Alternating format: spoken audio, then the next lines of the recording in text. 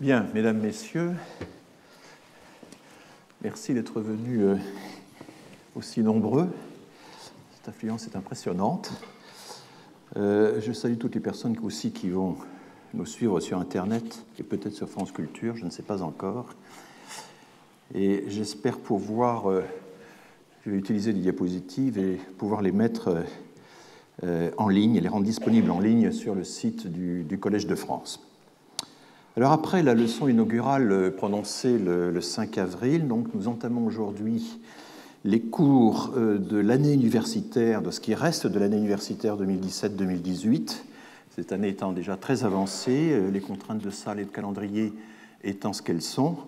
Il n'a pas été possible de programmer ces cours suivant un rythme hebdomadaire régulier, et c'est l'année prochaine seulement que nous aurons droit à un créneau fixe à compter du mois de janvier, sachant toutefois que le séminaire public de l'année prochaine, qui va doubler le cours, donc commencera en fait dès la fin novembre. Alors, revenons un peu aux 4 cours que je dois donner pendant ce mois de juin, à compter d'aujourd'hui. Chacun de ces cours va durer 2 heures, soit un total de 8 heures. L'idée directrice de cet enseignement est de proposer une introduction générale à l'étude des migrations, cette année du moins, dans une optique à la fois didactique et critique, objective et réflexive. Le prochain cours aura lieu dès lundi prochain, sous le titre « Les migrations à l'échelle mondiale, logique ordinaire et logique de crise ». Il s'agira de prendre une vue d'ensemble de l'évolution des courants migratoires à travers le monde, et pour ce faire, je distinguerai grossièrement 2 formes de migration. D'un côté, les systèmes migratoires, c'est l'expression consacrée, relativement stables, dont les exemples les plus connus sont les migrations des Mexicains vers les États-Unis, des Algériens vers la France, des Turcs vers l'Allemagne, de la péninsule indienne vers les pays du Golfe, et de l'autre côté, l'afflux massif, soudain, des demandeurs de refuge qui sont poussés par des conflits armés et aussi, dans certains cas, par des crises économiques. Alors, ce partage entre système migratoire persistant et crise migratoire soudaine est évidemment une commodité tout à fait critiquable. C'est plutôt une polarité qu'une dichotomie. Et les interrogations ne manquent pas. Où situer, par exemple, les différentes formes de déplacement humain d'origine environnementale? S'agit-il d'une migration de crise, d'une forme de mobilité systémique, systématique? Une crise qui s'installe dans la durée est-elle encore une crise? Ou bien faut-il parler d'un changement de régime? Enfin, c'est un peu tout cela qui sera évoqué dans le cours prochain. Il a lieu dès lundi, au lendemain du week-end. Alors, ce sera un trait récurrent de mon enseignement. Il m'arrivera, faute de mieux, de recourir à des notions qui sont sujettes à la critique. On a coutume de dire que l'art du démographe est de savoir travailler avec des données imparfaites. Mais il faudrait ajouter que l'art du démographe est aussi de savoir travailler avec des concepts imparfaits. Il ne ferait pas grand-chose s'il devait attendre de disposer de données impeccables, de définitions consensuelles, de concepts irréprochables. La vigilance critique est nécessaire, mais elle ne doit pas verser dans une espèce de perfectionnisme technique, qui souvent perturbe les débats. Donc cette vigilance ne doit pas nous paralyser et on devra parfois prouver le mouvement en marchant. Le mercredi suivant, 13 juin, j'aborderai les ordres de grandeur des migrations, réalité et perception. Et j'essaierai dans ce deuxième cours de distinguer ce qu'on appelle parfois en statistique ou dans d'autres disciplines les vérités du premier ordre et les vérités du second ordre. Le premier ordre correspond à des changements, à des comportements, des variations de comportement d'un pays à l'autre, par exemple, trop importants pour qu'on puisse les imputer à de simples problèmes de variation de la qualité entre les données, ce qui est souvent une objection qui est faite. Et vous verrez que les écarts qui séparent les pays européens sont absolument considérables dans toute une série de données démographiques de base et aussi de comportements vis-à-vis des migrants. Et le second ordre correspond donc à des différences ou à des variations, à des évolutions qui sont moins structurantes et sans cesse à des fins un peu didactiques pour me concentrer sur l'essentiel, je serai attentif aux vérités du premier ordre. C'est d'abord elles qu'il faut savoir identifier et capter. C'est important de rappeler qu'en matière de statistique ou de démographie, la précision n'est pas l'exactitude. Un chiffre trop précis peut être totalement inexact.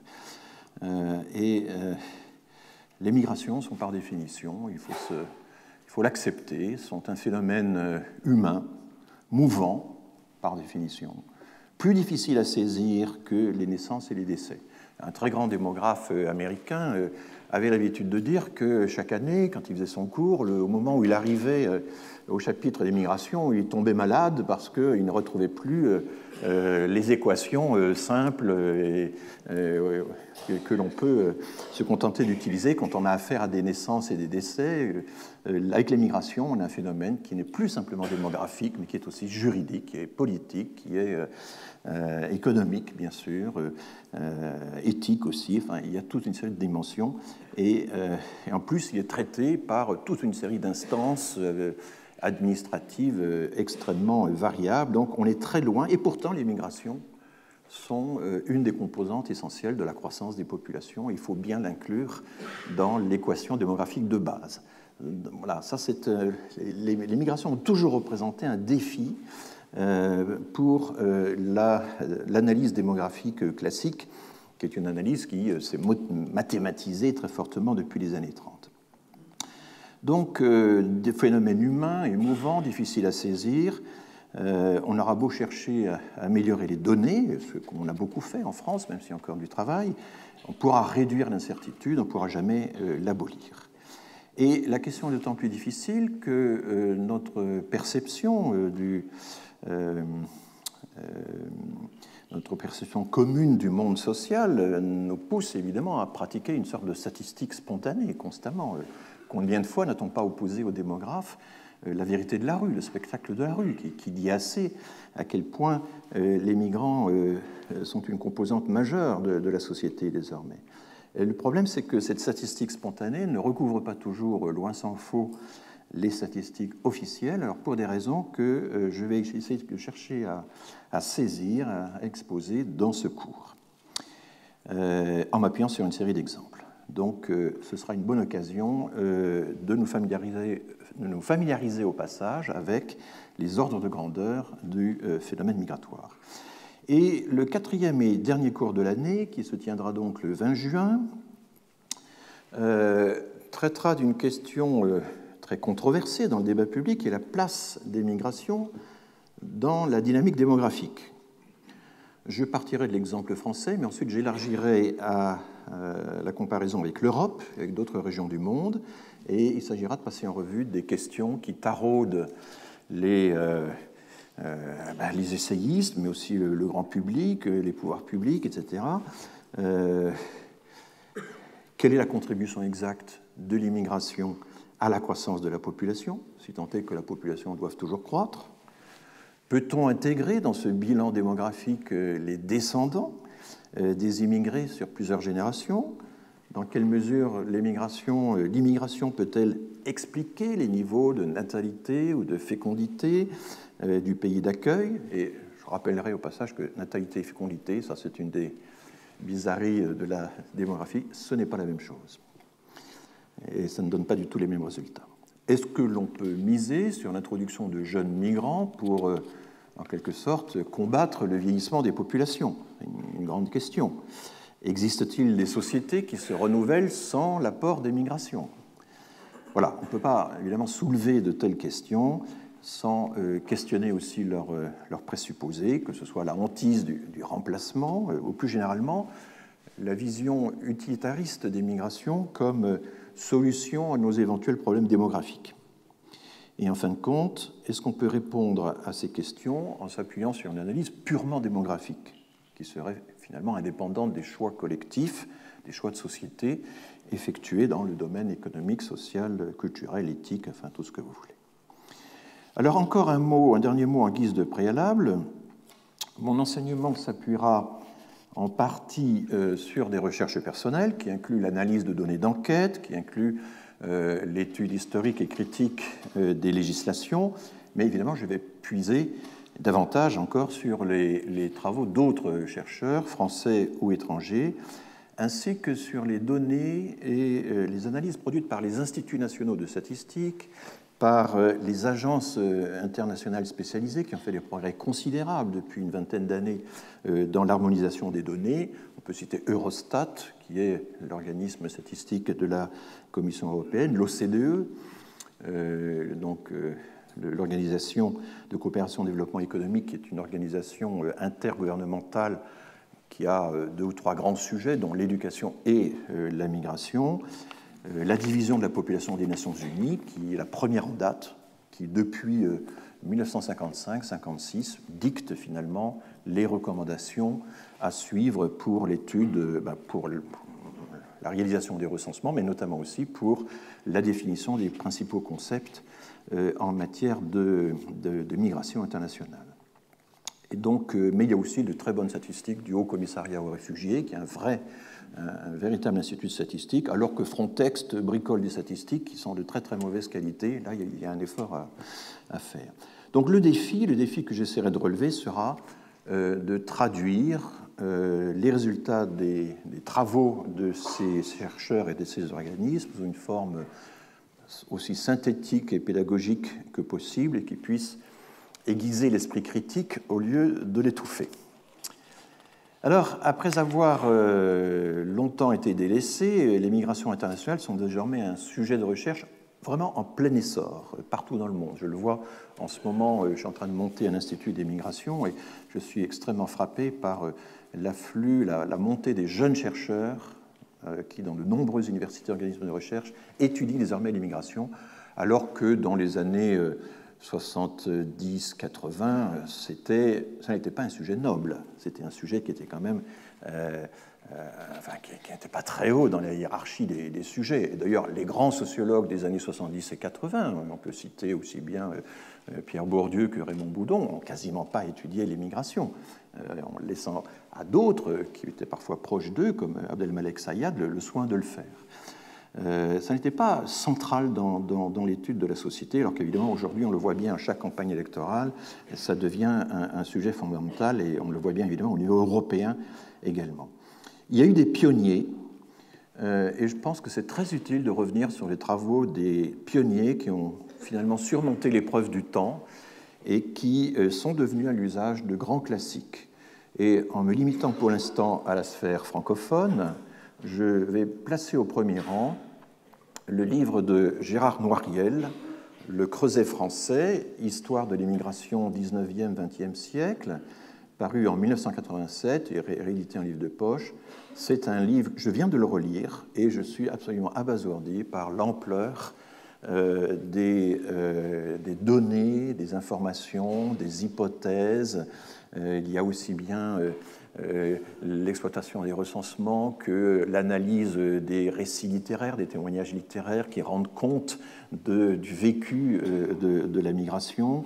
Il y a des hypothèses tout à fait qui restent extrêmement solides à mon avis sur le lien réel entre l'industrialisation, l'économie, etc., et les flux migratoires, ce qui est une affaire en fait assez compliquée.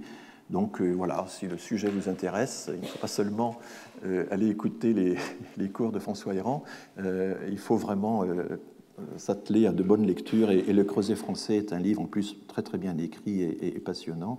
J'aurai donc l'occasion de revenir à plusieurs reprises sur ce maître livre. Et puis je recommanderai ensuite un recueil passionnant que l'on doit à Janine Ponty. Janine Ponty, qui est décédée l'année dernière, était la grande historienne de l'émigration polonaise, mais elle a également, vers la fin de sa vie, publié ce recueil de textes. C'est un recueil de 200 documents où, par ordre chronologique, vous trouvez des documents juridiques, administratifs, statistiques, journalistiques, des témoignages littéraires. Vous avez par exemple le texte de Céline disant « Ah, les Américains, eux, ils savent mettre des quotas à l'immigration. » Donc, il y a ce genre de choses dans Bagatelle pour un massacre, publié en 1937. Donc c'est un patchwork, mais très bien conçu, très bien organisé, avec pour chacun de ces 200 documents un commentaire sobre, éclairant. C'est vraiment une mine d'informations pour comprendre comment les pouvoirs publics, tantôt les employeurs, mais aussi à certains moments les deux ensemble, se sont organisés pour recruter les migrants, parfois les obliger à rentrer chez eux, comme on l'a fait avec les Polonais à la fin des années 30. Et finalement, c'est un témoignage extraordinaire sur la façon dont la France a traité ses étrangers depuis la Révolution. Alors j'aurai l'occasion de citer d'autres classiques. Il y a bien sûr les 2 livres de Patrick Veil, l'un sur l'histoire de la politique migratoire en France, l'autre sur l'histoire de la citoyenneté française, le développement de la législation avec tous les débats et tous les mécanismes de prise de décision dans ce domaine. Et puis, quelqu'un à qui j'ai déjà fait allusion, dans un tout autre registre, Abdelmalek Sayad, décédé en 1998, qui était proche de Pierre Bourdieu, mais qui finalement, quand on regarde les choses de près, n'a guère utilisé les outils conceptuels de Pierre Bourdieu. Et Sayad a produit, à partir du milieu des années 70, une série d'articles qui ont fait date, fondés essentiellement sur des entretiens avec des familles algériennes installées en France, et ça correspond à une fenêtre de temps très spéciale qui explique un certain nombre de caractéristiques de ce travail. Je reviendrai là-dessus. C'est le moment où, en gros, les parents algériens découvrent que leurs enfants étaient français de naissance et ne le savaient pas. Donc, 16 ans après les accords d'Évian qui avaient introduit cette clause. Mais au-delà des classiques, évidemment, je mettrai un soin particulier à citer aussi, à utiliser au mieux, j'espère, les travaux des jeunes chercheurs qui, comme je vous le disais, se sont considérablement développés dans les 10 dernières années. Alors, trêve de préalable, donc entrons à présent dans le vif du sujet, le vocabulaire de la migration. C'est un vocabulaire problématique, ce n'est pas le seul domaine où le vocabulaire de la recherche est problématique, mais imaginons un chercheur qui voudrait mener une enquête sur l'intégration des immigrés. Sujet on ne peut plus classique, plusieurs enquêtes ont été faites dans ce genre. Les indicateurs d'intégration ont fait l'objet de travaux préparatoires par Eurostat et maintenant sont intégrés par l'OCDE dans une statistique publiée de façon très régulière. Donc voilà un sujet absolument classique, l'intégration des immigrés. Or, il faut le savoir, vous ne pourrez pas introduire dans le questionnaire ces 2 termes, intégration ou immigré, parce que les personnes interrogées ne le supportent pas. Et pourquoi ? Parce que le mot immigré, dans le langage courant, comme dans le débat public d'ailleurs, est finalement généralement lesté d'une charge négative.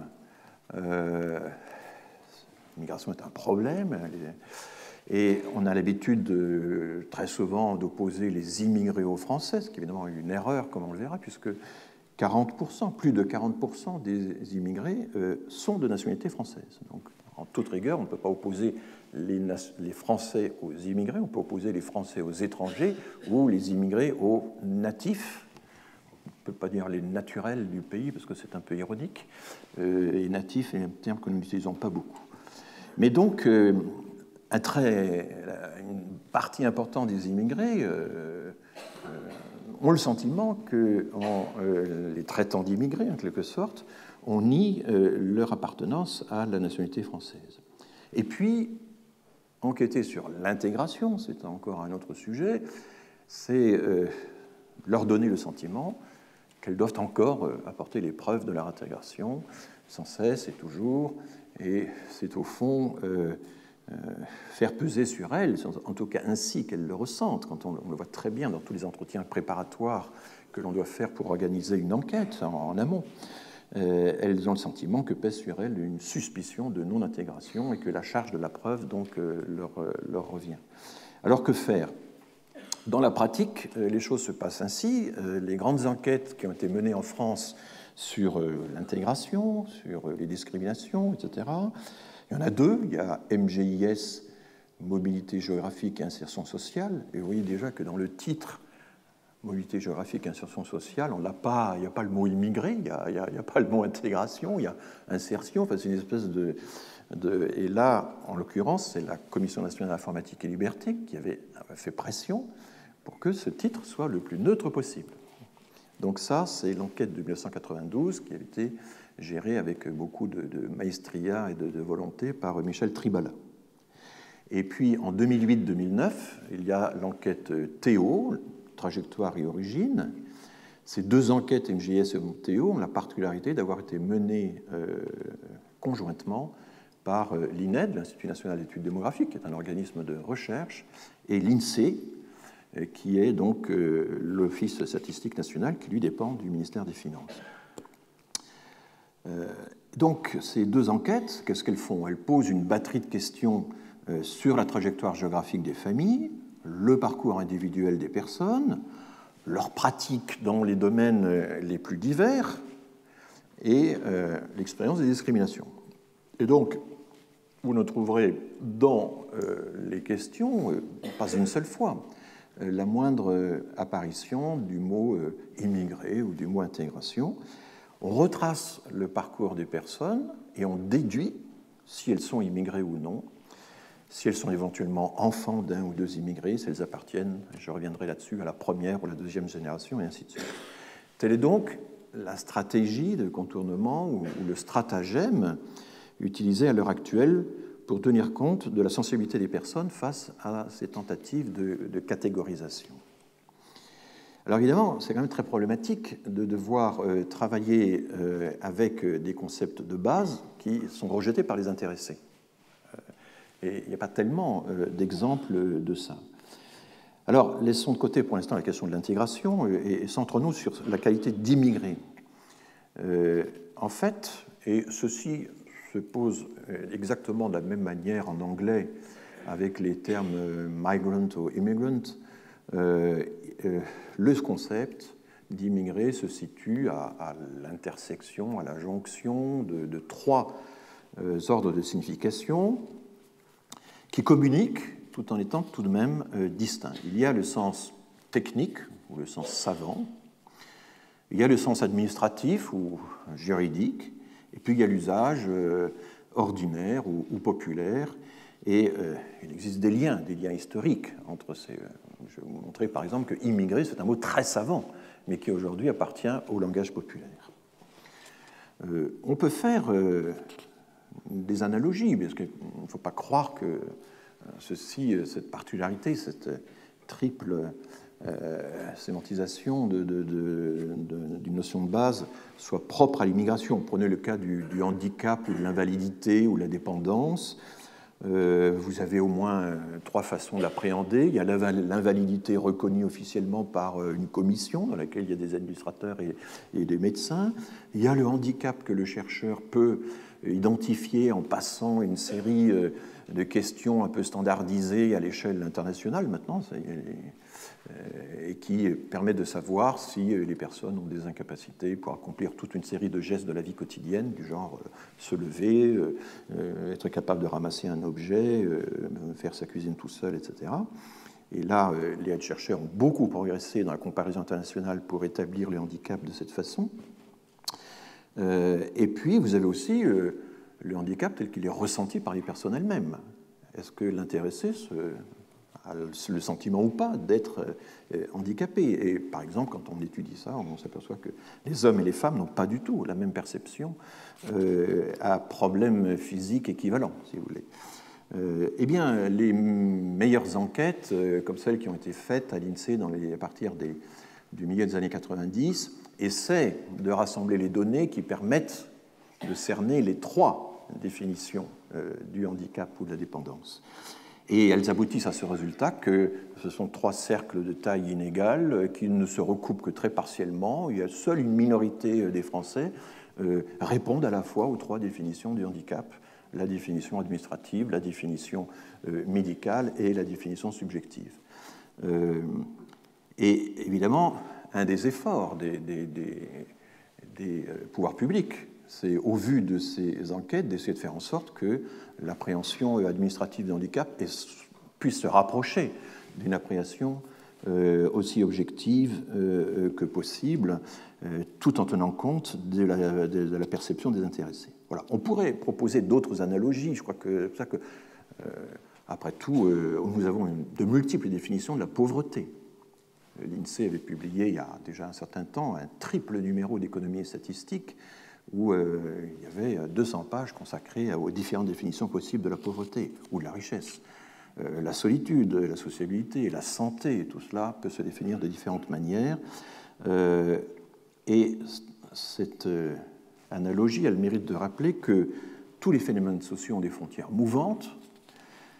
Ils sont tous tiraillés entre une série d'acteurs et d'institutions, l'individu lui-même, les proches, le corps médical, l'État, l'opinion publique telle qu'elle est saisie dans les dispositifs d'enquête, etc. Donc, il ne faut pas imaginer que nous serions là dans une difficulté qui serait propre à l'immigration. Je tiens à le dire parce que et c'est ça aussi l'intérêt d'avoir, dans sa carrière, fait des enquêtes sur un peu tous les sujets, et qu'on voit quand même un certain nombre de problèmes qui sont récurrents d'une activité de recherche à l'autre. Alors, partons maintenant sur les mots et le mot immigré. Et quand on prend le dictionnaire historique de la langue française publié par le Robert, qui est un magnifique outil de travail, j'espère que vous le fréquentez tous les jours, le immigré, nous dit-on, et je pense que j'ai ce texte-là, alors ça c'est l'image qui illustre le livre de Janine Ponty, et voilà donc l'entrée immigrée dans le Robert historique. Donc immigré est un verbe transitif, il était autrefois transitif, il ne l'est plus maintenant. On immigrait un pays, ça ne se dit plus. C'était un emprunt au latin, immigrare, donc vous voyez, c'est un langage savant, venir dans, s'introduire dans, etc. Le préfixe in, le verbe migrare, avec le sens de changer de résidence. Et puis, le participe, résultat actuel d'une action passée, le participe est devenu un adjectif, puis un nom, il s'est substantivé, et il a pris, dès 1769, le sens de qui est venu de l'étranger, et le Robert nous dit, se dit plus couramment aujourd'hui, milieu du XXe siècle, d'un ouvrier étranger, souvent issu d'un pays peu développé, qui travaille dans un pays industrialisé. Donc là, vous avez une vision, évidemment, très datée, très connotée, mais qui n'a pas totalement disparu, loin de là, de ce que c'est que l'immigration. C'est déjà, évidemment, une réalité qui est fortement hiérarchisée, qui se situe au bas de la hiérarchie du développement, de la hiérarchie des métiers.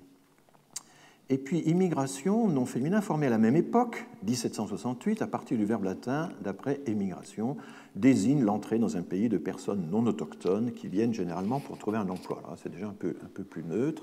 Qu'est-ce que c'est que ces dates 1768 ou 1769 ? Là, il faut se reporter à la liste des sources qui figurent à la fin du dernier volume du Robert historique. Et là, vous découvrez que c'est la Physiocratie, qui était une sorte d'ouvrage didactique écrit par Pierre-Samuel Dupont. C'était un Dupont qui a été élu ensuite député de Nemours, député du tiers-État à Nemours. C'est le fondateur du complexe industriel du Pont de Nemours, puisqu'il a ensuite migré aux États-Unis après la Révolution.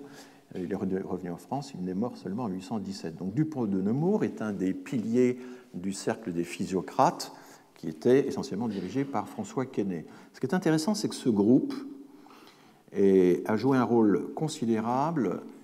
Ces gens-là ont déployé beaucoup d'énergie à inventer toute une terminologie nouvelle pour une science nouvelle qui était l'économie, ce qu'ils appelaient l'économie naturelle.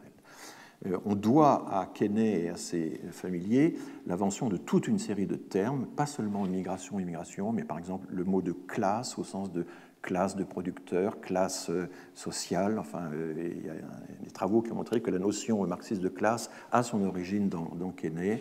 L'idée qu'il y a une classe productive, la notion de production pour désigner l'ensemble de l'activité économique, etc. Tout ça, ce sont des inventions qui remontent aux physiocrates. Donc c'est un moment où un petit groupe extrêmement critique vis-à-vis du pouvoir central se met à inventer toute une terminologie, comme Lavoisier, au même moment, invente toute une terminologie en chimie.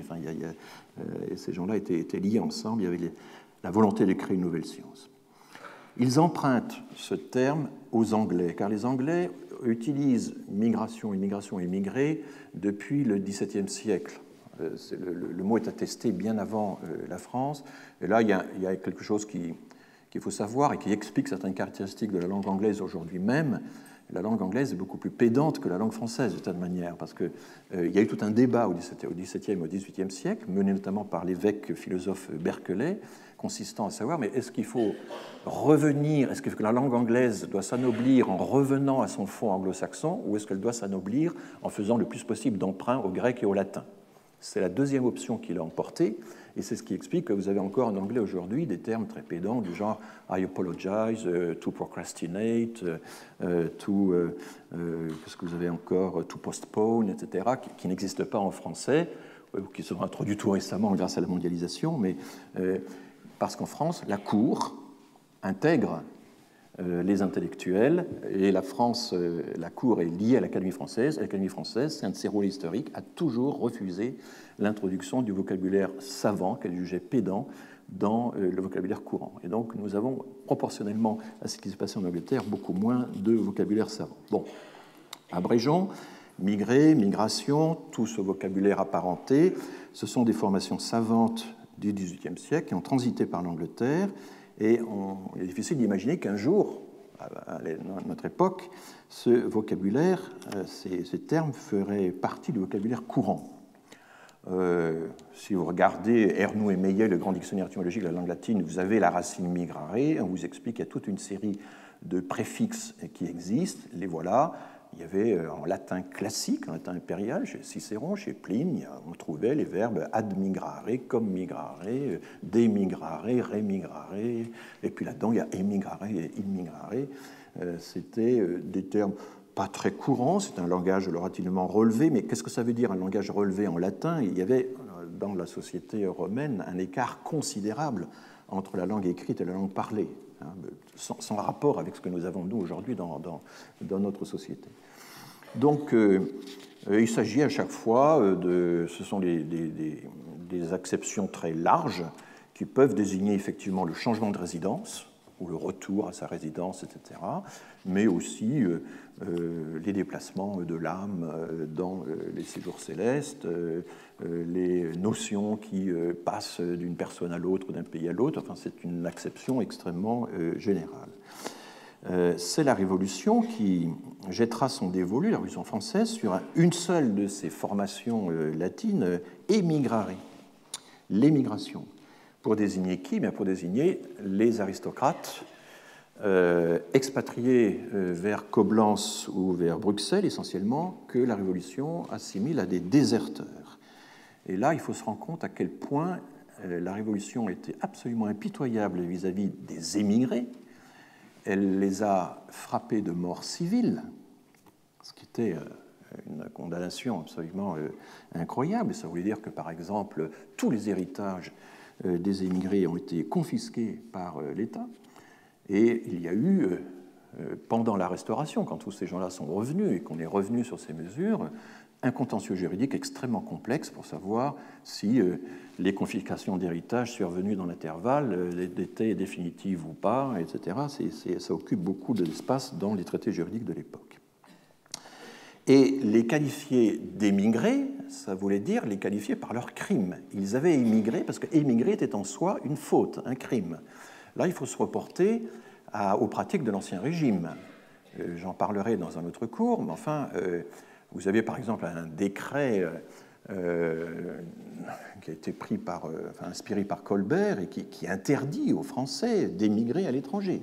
Colbert s'était rendu compte qu'il y avait des ouvriers français qui travaillaient dans les chantiers navals des pays étrangers, ça l'a mis en fureur, et donc il somme, le décret dit que tous les Français qui travaillent à l'étranger doivent revenir dans le mois. Et de même, il y a eu une interdiction absolument formelle aux Français de se marier à l'étranger, d'épouser des étrangères. C'était totalement interdit. L'Ancien Régime, mais la Révolution fait la même chose, contrôle les sorties beaucoup plus que les entrées. Elle accepte les entrants, parce que c'est autant de sujets gagnés pour le royaume ou pour la Révolution, mais c'est les sorties qu'elle contrôle. Comme aujourd'hui, les derniers pays communistes contrôlent les sorties. Hein. C'est tout à fait... Donc pendant longtemps, le contrôle de l'immigration, c'est le contrôle des sorties et pas le contrôle des entrées. Et d'où l'extrême importance accordée à ces émigrés. Vous savez que la Restauration va donc débloquer les fonds pour indemniser les émigrés, c'est le fameux million des émigrés. Voilà. Alors, immigré existe à l'époque, mais il n'est quasiment pas utilisé. Sous la Restauration, et là vous avez la très belle thèse de Delphine Diaz, qui étudie tout ça. Sous la Révolution, sous la Restauration, la France accueille toute une série de réfugiés. Ce sont des réfugiés politiques, et les termes utilisés, c'est... oui, alors là, je vous montre, je vous expliquerai ce que c'est que cette source, comment la fréquence du mot immigré dans tous les textes imprimés de langue française depuis 1775. Je vous expliquerai ce que c'est que cette source. Et vous voyez que le mot émigré fait évidemment une pointe formidable pendant la Révolution française. Ça s'effondre sous le Premier Empire et ça réapparaît à la Restauration à cause de tout le contentieux dont je vous ai parlé. Et ensuite, émigré, évidemment, peut avoir à d'autres usages, ne désigne plus les aristocrates qui ont fui la Révolution. Mais voilà. Et puis, cette source permet de distinguer le mot selon qu'il s'agit d'un substantif ou d'un verbe. Et donc là, c'est l'ascension c'est le profil du substantif que je vous ai indiqué. Alors que immigré, la courbe rouge, a une toute autre histoire. Et vous voyez que immigré n'est pas vraiment utilisé avant la fin du XIXe siècle. Il y a une pointe pendant la guerre de 14, il y a une pointe après-guerre, mais enfin c'est surtout à partir des années 70, quand nous fermons, nous stoppons, et je reviendrai là-dessus dans le cours prochain, l'immigration de travail, quand on s'aperçoit que les immigrés vont rester, que le résultat actuel de l'action passée va rester longtemps actuel, qu'à ce moment-là, le mot immigré commence à prendre de l'importance dans tous les textes de langue française imprimés année après année. C'est assez parlant, hein, c'est vraiment très, très, très frappant de voir cette histoire. Si on se concentre sur la période qui va en gros de 1880 à nos jours, on retrouve donc la courbe d'immigrés, et vous voyez que pendant un temps finalement assez court, travailleur immigré a été une formule très utilisée, mais au fond elle est utilisée à la fin des Trente Glorieuses. La crise arrive, et là, le terme, évidemment, s'effondre, recule, parce que nous ne recrutons plus de travailleurs immigrés, et les immigrés qui sont en France, qui continuent d'affluer en France à ce moment-là, correspondent au regroupement familial, à la migration estudiantine, à la migration matrimoniale, etc. Nous reviendrons sur tout ça le moment venu. Alors, je vais vous dire quand même quelques mots de cette application que j'utilise, que je vais utiliser de temps en temps, parce que c'est un formidable outil de déblayage, d'exploration, chaque fois qu'on veut étudier l'historicité d'un concept. Ça s'appelle N-gram viewer, ce mot est un peu étrange. N, c'est le nombre, le gramme, c'est la chaîne de caractères séparée par deux blancs. Disons que c'est un mot la plupart du temps. Il y a quelques signes de ponctuation. Et c'est une application qui est liée à Google Books, hein, c'est une énorme entreprise de scannage de des millions de textes publiés, imprimés depuis le XVIIe siècle, le XVIe siècle. Il y a toute une série de corpus. Vous avez un corpus francophone, un corpus d'anglais britannique, un corpus d'anglais américain, un corpus russe, chinois, hébreu. Enfin, c'est tout à fait incroyable. Et ce sont des outils, notamment le corpus de langue française, tout à fait extraordinaire. Je vous invite à l'utiliser parce que c'est d'accès libre. Vous faites N-gram viewer, vous trouvez tout de suite, vous tapez un mot, et dans la seconde, même pas, le graphique se dessine sur la période que vous avez choisie et avec le lissage statistique que vous avez éventuellement choisi. Donc ça donne, pour des mots ou des expressions jusqu'à 5 mots, ça vous donne, année après année, et le corpus français marche très bien à l'expérience à partir de 1730, donc il inclut toute la révolution du vocabulaire de la Révolution française, il vous donne la fréquence relative en pourcentage du mot ou l'expression dans l'ensemble des textes scannés. Alors, c'est des pourcentages très faibles, hein, puisque c'est comparé à l'ensemble des mots sur tous les sujets possibles et imaginables, et donc ce sont des millionièmes, hein, ce sont des fractions très faibles, ce sont non pas des pourcentages, mais des pourmillionièmes que je présenterai moi-même sur les graphiques. Ça n'inclut pas la presse, qui est très difficile à scanner, et ça n'inclut pas non plus les revues scientifiques. Mais ça comprend les romans, les essais, les dictionnaires, les manuels, enfin la littérature grise est là, qui est déposée dans les bibliothèques, dans certaines grandes librairies qui sont prêtées à l'exercice, que ce soit aux États-Unis. Alors, la Bibliothèque nationale a toujours refusé d'en faire partie, mais enfin, ça a été contourné grâce à la Bibliothèque municipale de Lyon, qui est la plus grande bibliothèque municipale de France, grâce aux bibliothèques belges, grâce aux fonds français considérables qui existent dans les bibliothèques américaines. Et, chose absolument incroyable, ça incorpore une analyse grammaticale. C'est-à-dire que vous pouvez distinguer statistiques selon que c'est adjectif ou statistiques selon que c'est un nom. Et voilà, donc c'est pour ça que exilé comme adjectif ou exilé comme nom, proscrit comme adjectif ou proscrit comme nom, peut être distingué de façon extrêmement utile, comme je vous l'ai montré tout à l'heure, parce que vous voyez que les résultats ne sont pas du tout les mêmes selon qu'on prend les verbes ou les substantifs. Et donc, il suffit d'ajouter un petit suffixe spécial, noun, verb, adjective, etc., pour que la requête s'applique. Bon, et puis, un intérêt qui n'est pas négligeable, mais qui complique parfois les requêtes, c'est que c'est sensible à la différence de cas, c'est-à-dire à la majuscule et la minuscule. Là, vous découvrez que la République, la Révolution, etc., n'avait pas de majuscule pendant la Révolution, que la Grande Guerre n'avait pas de majuscule, et c'est très tardivement, dans les années 50-60, que les manuels, etc., l'Académie, mettent des majuscules pour anoblir les grands événements de l'histoire ou les grandes institutions. Et voilà, c'est des choses assez intéressantes. Je me permets de renvoyer à deux publications que j'ai faites où j'expose en détail cette source, son intérêt, sa portée et ses limites. Je réponds également à un certain nombre de critiques qui ont été faites là-dessus. Donc vous avez un bulletin de 4 pages Population-Société de novembre 2013, et puis un article beaucoup plus fouillé qui a presque une quarantaine de pages et qui explique dans une première partie comment fonctionne la source et dans une deuxième partie l'applique au mot de la démographie, mais pas seulement. Je vous donne des exemples d'applications, j'espère que vous pouvez lire. Voilà par exemple les différentes désignations et graphies des pays anciennement colonisés. Et vous voyez qu'au début, on a beaucoup utilisé pays sous-développés, et puis on est passé à pays en voie de développement, et puis ensuite tiers-monde avec ses différentes graphies, traits d'union, majuscules ou pas, etc., a eu un succès phénoménal. Et ce terme, vous le savez sans doute, a été forgé à la fois par Georges Ballandier, l'anthropologue de l'Afrique, et Alfred Sauvy, le démographe. Et puis ensuite, ça s'effondre et nous avons pays en développement et désormais pays du Sud grimpe. Alors, une des limites de cette source, c'est que malheureusement, elle s'arrête en 2008 et nous n'avons pas les développements les plus récents. Il y a une actualisation qui est annoncée mais qui n'a toujours pas eu lieu. Et là, vous voyez très bien sur cet exemple à quel point constamment, pour des sujets un peu sensibles, alors, les institutions internationales ont joué un rôle considérable pour officialiser un vocabulaire jugé acceptable à la suite de revendications des intéressés. C'est comme ça que ça s'est passé.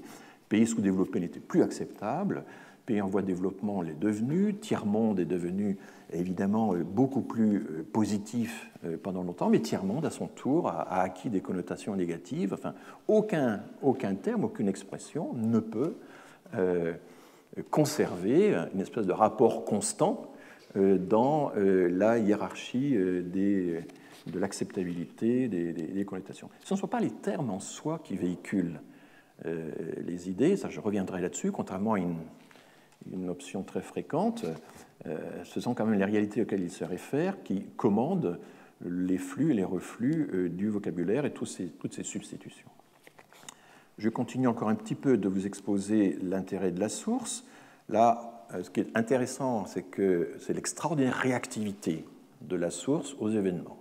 Si vous tapez exposition universelle, et vous le tapez avec majuscule ou sans majuscule, c'est ce que signifie le slash, eh bien, vous voyez que ça réagit effectivement à chaque exposition universelle de façon extrêmement précise.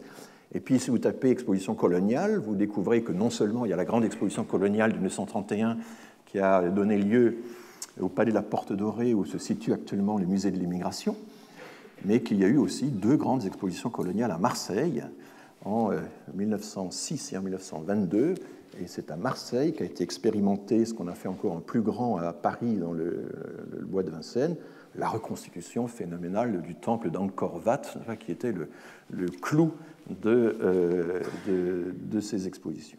Donc vous voyez la précision quand même tout à fait intéressante de cette source. Au passage, une des nombreuses images qui nous est restée de l'exposition coloniale de Marseille.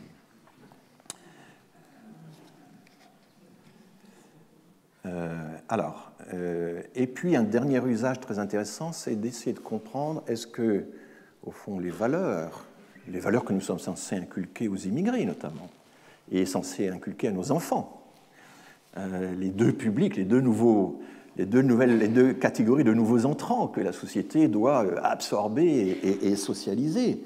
Est-ce que ces valeurs, c'est notre héritage? Est-ce qu'il y a une continuité dans ces valeurs? D'où viennent-elles?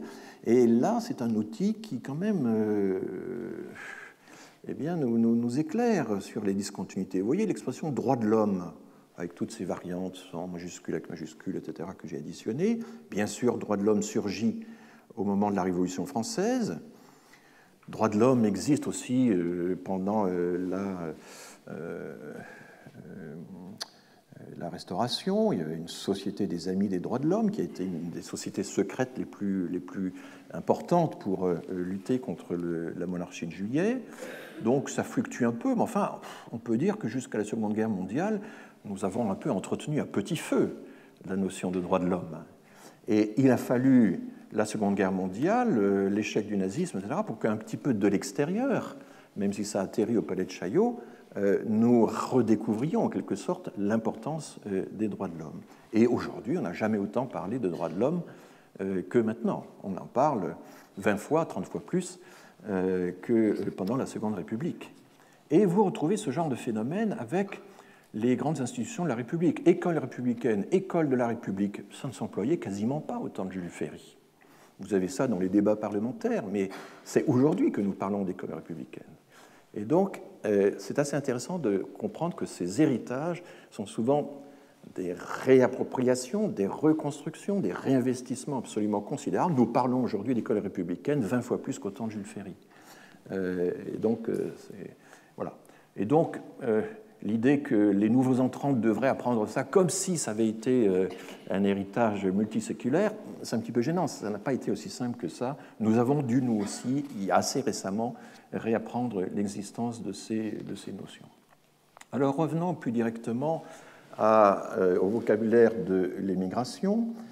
Et j'ai représenté ici sur ce graphique 3 termes, immigrants, migrants et émigrants. Donc, vous voyez que pendant longtemps, émigrants et migrants évoluaient de pair, étaient assez interchangeables.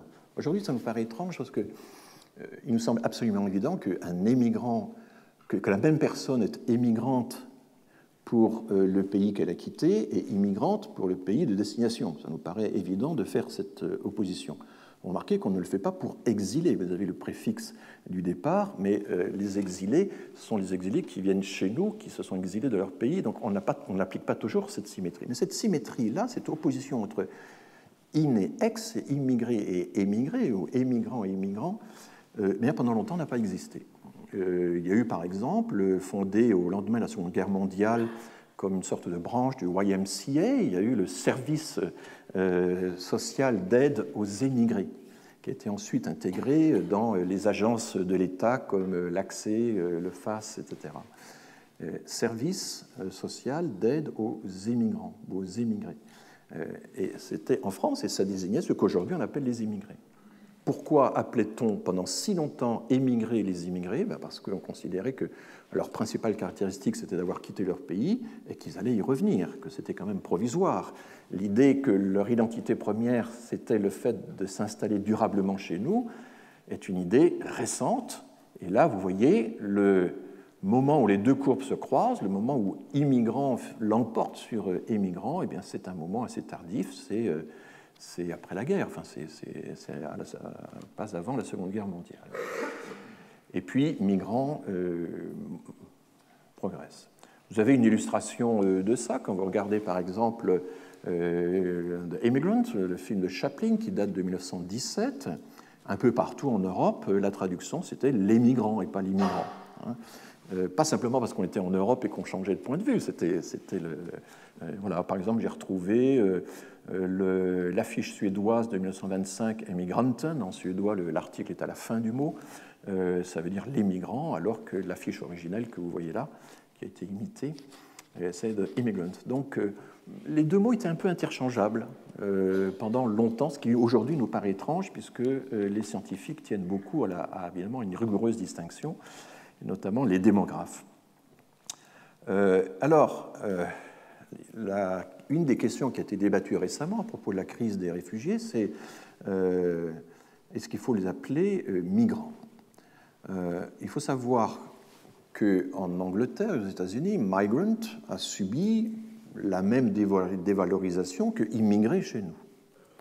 Et donc, quand vous rencontrez des chercheurs de langue anglaise, ou ça peut être aussi des chercheurs néerlandais qui travaillent en anglais, dans les dernières années, à partir de décembre 2015, 2016, etc., ils vous disaient, écoutez, il faut qu'on abandonne le mot migrant, c'est un mot qui est beaucoup trop péjoratif, il faut qu'on parle désormais non plus de migration, mais de circulation, de mobilité, enfin, il faut qu'on trouve quelque chose qui soit neutre.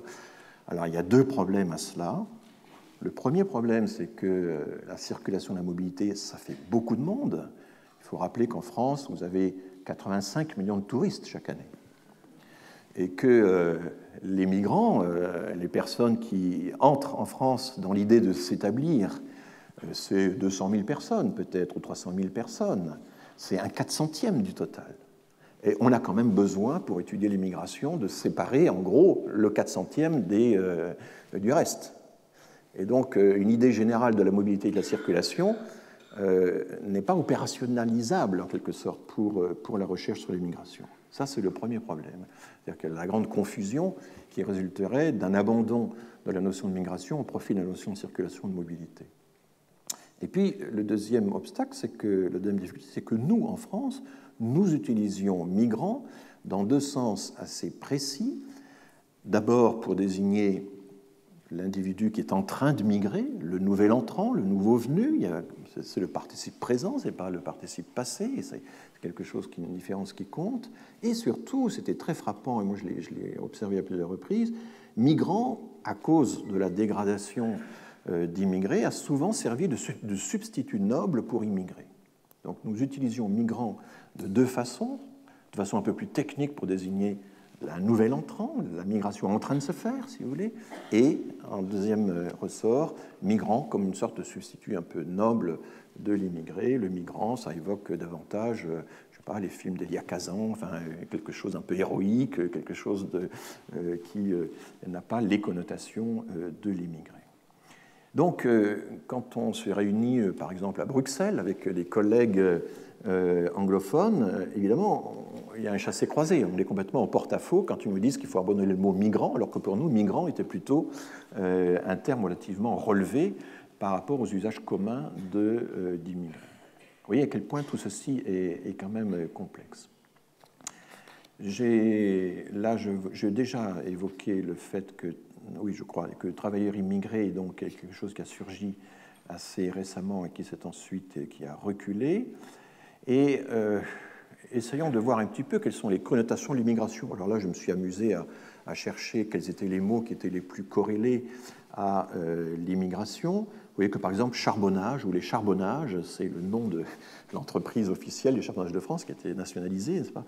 Eh bien, il y a une assez forte corrélation pendant l'entre-deux-guerres, notamment, entre l'usage du mot immigration et l'usage du mot charbonnage. C'est l'époque où les charbonnages recrutent de façon extraordinairement volontariste des migrants. Et c'est l'époque, l'après-guerre, où ce n'est pas tellement l'État qui s'en occupe, ce sont les entreprises, c'est notamment l'Union des industries métallurgiques et minières qui crée son propre organisme de prospection. Et dans l'entre-deux-guerres, le peuple que nous allons recruter de la manière la plus rude qui soit, il y a un texte extraordinaire dans le recueil de Janine Ponty, ce sont les Polonais. Il faut imaginer des villages entiers, une foule sur les villages. Les hommes doivent se mettre nus, comme au conseil de révision, et en quelques secondes, on décide si oui ou non ils sont aptes. Et puis ensuite, il y a un train qui, pendant 7 jours, dans des conditions épouvantables, les amène en France. Et voilà, ça a été ça, le recrutement de la migration polonaise, qui a culminé en 1927 et qui, 10 ans, 12 ans après, s'est soldé par des retours forcés, par des rapatriements forcés, en grand nombre également. Tout ceci essentiellement dans les mines du Nord, mais également dans les mines de potasse d'Alsace.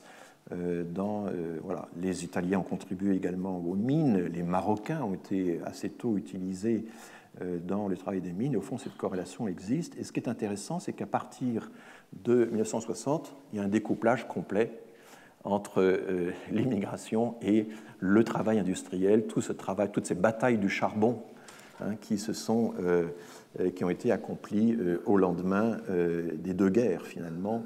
Évidemment, nous n'avons plus maintenant cette connexion puisque le charbon n'est plus l'énergie centrale et que d'ailleurs la fin de l'immigration de travail, elle est liée à une crise énergétique qui est la crise du pétrole, le quadruplement des prix du pétrole en 1973-74 à la suite de la guerre du Kippour.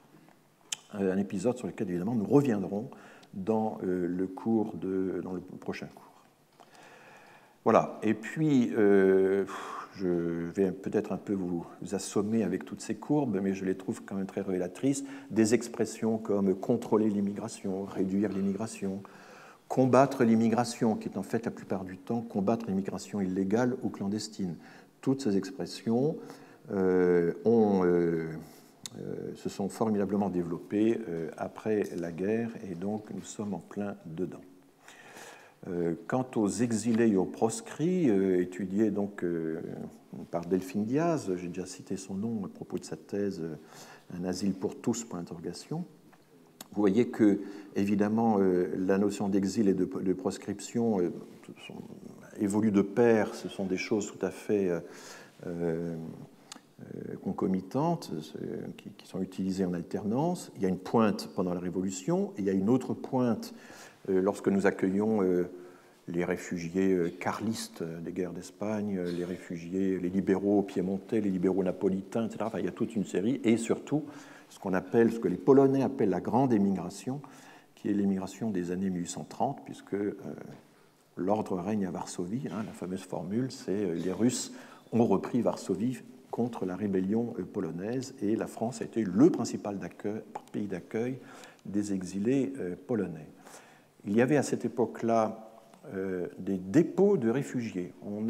C'est tout à fait sidérant quand vous lisez la littérature de l'époque de voir que les problèmes actuels se posaient déjà. Est-ce qu'il faut concentrer les réfugiés ou est-ce qu'il faut les disperser? Alors au début, on les concentre. On les concentre dans ce qu'on appelle des dépôts de réfugiés, qui sont en fait des casernes où il y a 200, 300, 500 exilés ensemble, et c'est très remuant. C'est facile à surveiller, mais c'est vraiment très très remuant. Comment faire? Alors à un certain moment, on décide de les répartir. Ils ne sont plus à Rennes, mais ils sont à Dole, en Bretagne, ils sont dans les petites villes alentours. Mais là, ils sont plus difficiles à surveiller, et gros problème, certains quittent ces lieux où ils sont assignés. Et aujourd'hui, on parle à l'OFII du taux d'évaporation. Il y a des gens qui sont censés être accueillis dans les centres d'accueil d'orientation et qui partent furtivement, qui essaient à nouveau de repartir pour l'Angleterre ou ailleurs. À l'époque, au XIXe siècle, on appelait ça les départs furtifs. Voilà. Mais c'est tout à fait frappant quand on lit ces travaux sur le premier XIXe siècle de voir à quel point le traitement des réfugiés posait des problèmes analogues aux nôtres, même si les effectifs étaient beaucoup plus réduits. On leur accordait des subsides, et en fait, on appelait réfugiés dans les textes que la partie des demandeurs d'asile qui recevaient des subsides. Et là, il y a une sélection qui se fait. Tous les réfugiés n'ont pas reçu des subsides. Une notion apparaît à ce moment-là aussi qui est très intéressante, c'est la notion d'exilé volontaire. Heinrich Heine, par exemple, qui a longtemps vécu à Paris, se définissait lui-même comme un exilé volontaire. Donc, c'était des gens qui avaient en quelque sorte anticipé la répression ou fui la censure, qui n'étaient pas victimes de répression militaire et que l'État considérait comme étant finalement des exilés volontaires, donc ils n'avaient pas droit au subside, au secours.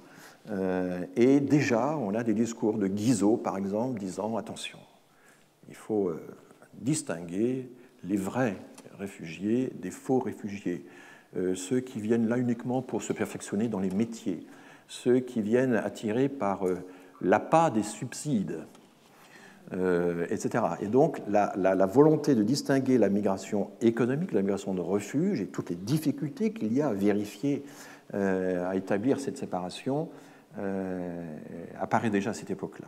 C'est aussi l'époque où se développe le tourisme et les exilés d'un certain niveau social prennent les eaux, fréquentent les bords de mer, etc.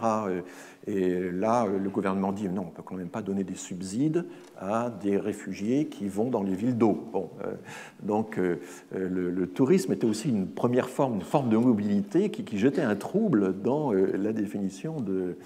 Et il y avait cette idée qu'il fallait que les exilés quand même restent dans leur département. Ils devaient pointer régulièrement à la préfecture. Et Paris leur était interdit. La plupart du temps, toutes les lois des années 1830 interdisaient l'accès de Paris aux exilés, aux réfugiés.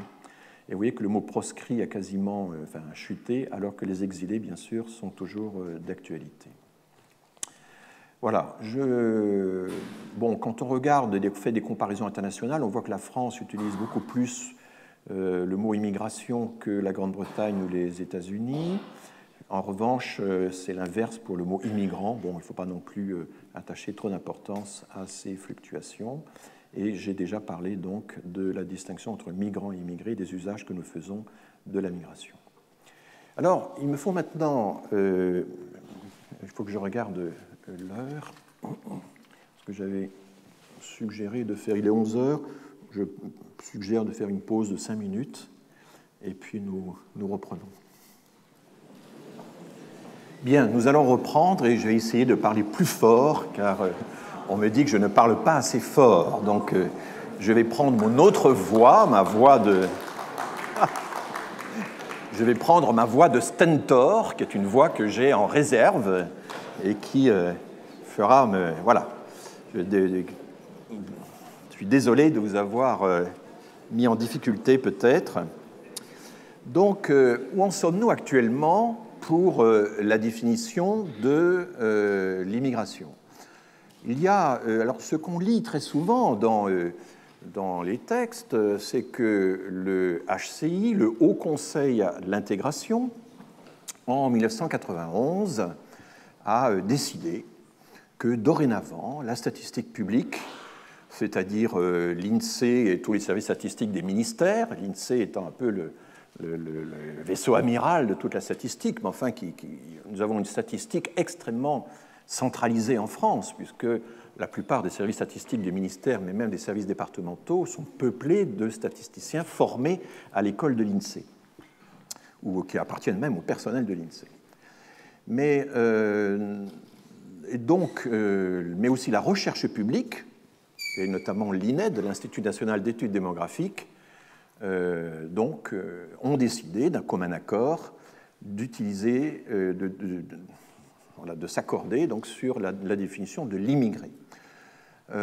Ça a même pris une forme assez spectaculaire parce que le directeur général de l'INSEE, le directeur de l'INED et le président du HCI, qui était Marsolon, qui était conseiller d'État, un conseiller d'État tout à fait prestigieux, ont rédigé une tribune commune qui est parue dans Le Monde et qui a annoncé solennellement que les trois entités s'étaient mises d'accord pour dorénavant dresser des statistiques sur les immigrés et pas seulement les étrangers.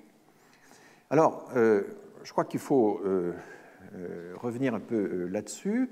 Une personnalité a joué un rôle assez important dans la décision prise par le HCI, c'est Michel Tribala, qui était démographe chargé à l'INED depuis très longtemps des questions démographiques, à peu près seul à s'en occuper depuis, avec Georges Tapinos, qui était lui un démographe, un économiste spécialisé dans les migrations, mais qui ne travaillait pas dans le même département.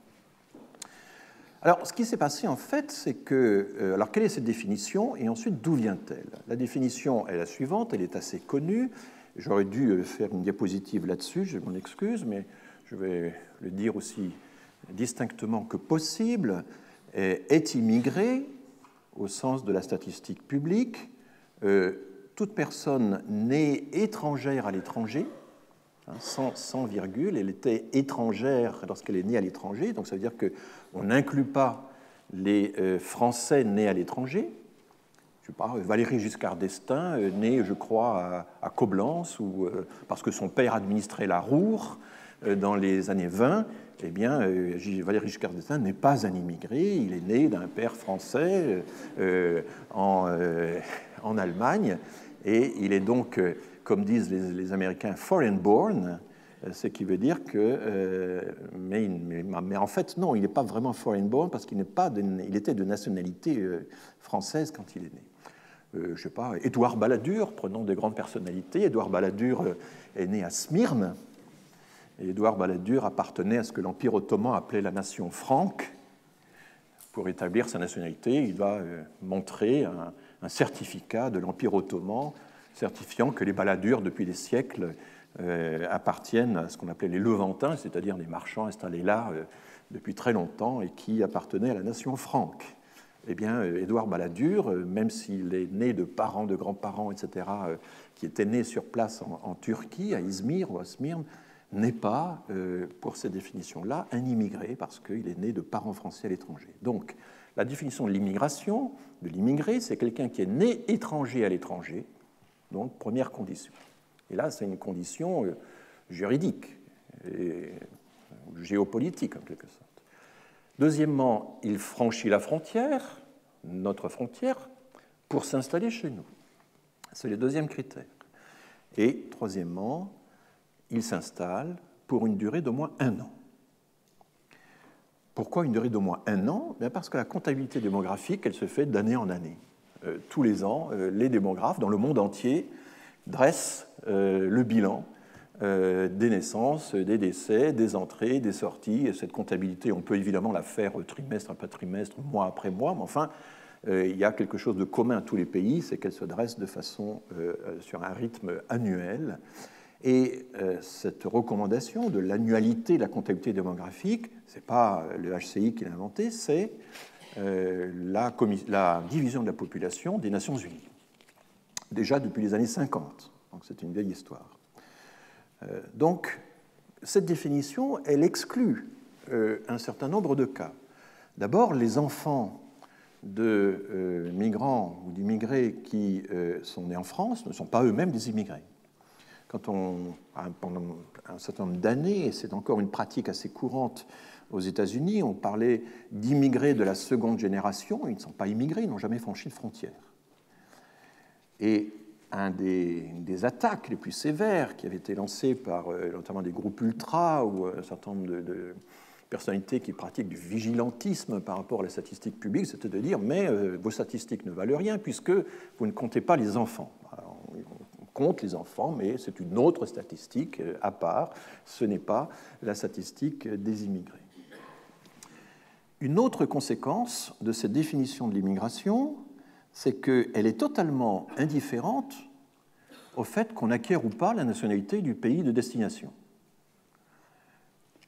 Dans la définition que je viens de vous citer, il n'y a pas une seule allusion au changement éventuel de nationalité. Donc, est immigré une personne née étrangère à l'étranger qui s'installe durablement dans le pays de destination, qu'elle acquiert ou pas la nationalité du pays d'accueil par la suite. C'est évidemment fondamental parce que, et ça c'est quelque chose qui a souvent été très mal compris au moment où cette définition s'est vulgarisée, effectivement, comme je le disais tout à l'heure, 41-42% des immigrés ont acquis la nationalité française. C'est une moyenne que l'on dresse tous âges confondus. Évidemment, si vous progressez dans la pyramide des âges, ce taux va encore augmenter. On va atteindre 60-70% des personnes qui vont acquérir la nationalité française au fil du temps. Mais l'intensité des naturalisations n'a aucune incidence sur la définition de l'immigration. Et c'est grâce à cette indifférence, à cette neutralité de la définition de l'immigration par rapport aux droits de la citoyenneté que l'on peut y faire des comparaisons internationales. C'est ça qui est évidemment très important. Un autre avantage, et c'est ce que soulignaient les démographes, et ça n'a pas toujours été compris non plus, c'est qu'avec une telle définition, vous pouvez suivre en quelque sorte des promotions de migrants.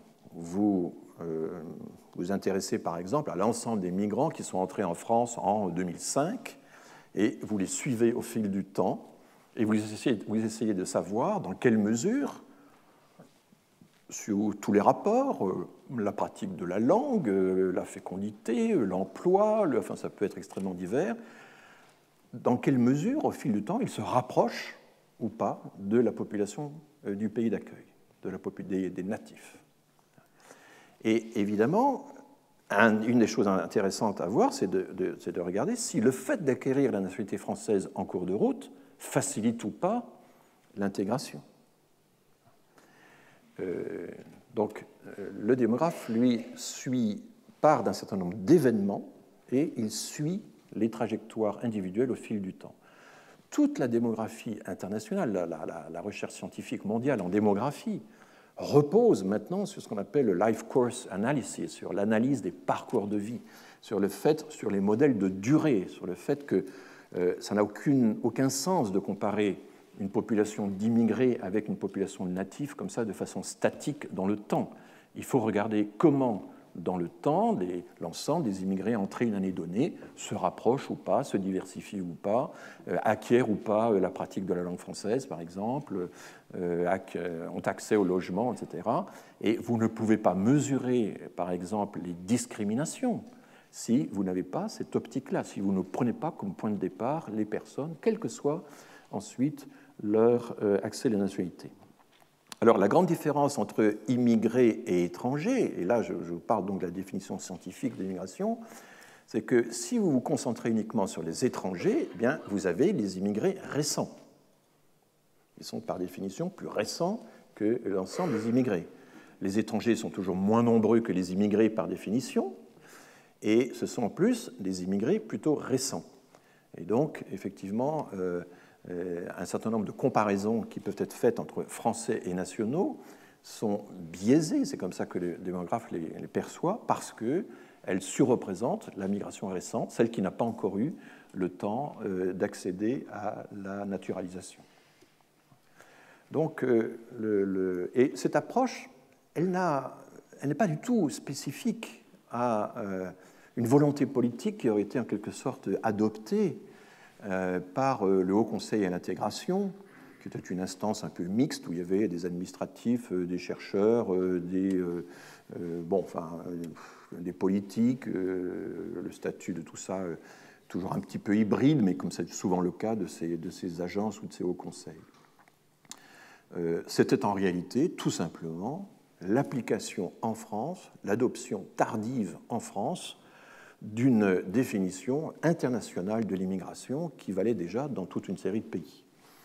En Europe, ce sont les Néerlandais qui ont été les premiers, dès les années 70, à prendre en compte cette définition internationale de l'immigration.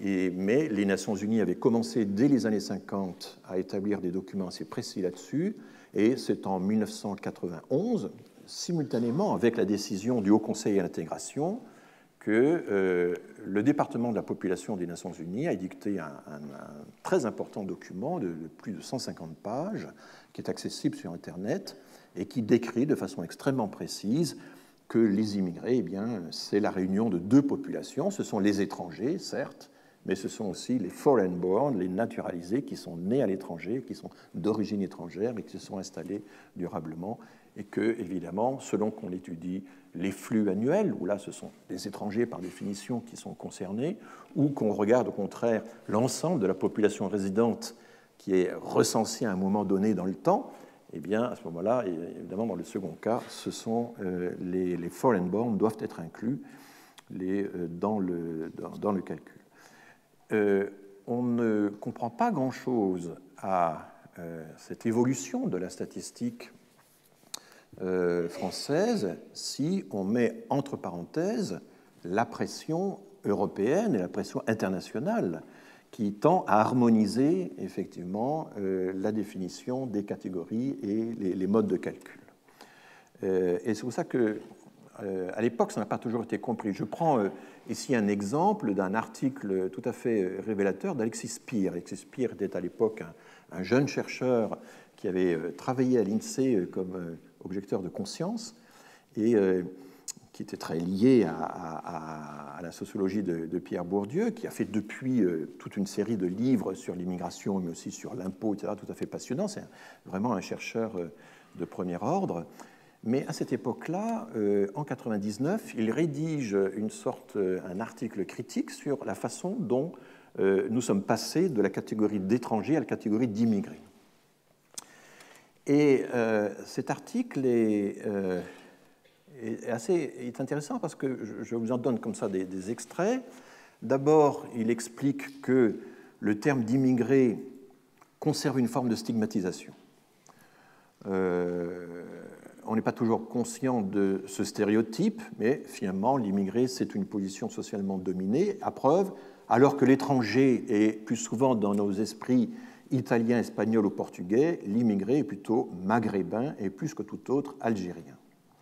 Alors déjà, ça, c'est un peu problématique, parce que, par exemple, quand vous lisez Alfred Sauvy, qui est toujours un exercice un peu étrange, parce que le style de Sauvy est très particulier, mais Sauvy avait quelque chose d'intéressant dans ses derniers ouvrages, c'est qu'il était fort âgé, il était né en 98, il publie en 85, et donc il a 87 ans, un article sur les mondes en marche, l'immigration, etc. Et il y a un chapitre consacré aux étrangers, et là, il traduit de façon assez subjective à quel point lui, homme très actif dans les années 30, percevait le mot étranger. Pour lui, c'est étranger qui est le mot le plus péjoratif qui soit. C'est un étranger, c'est une façon de disqualifier l'autre.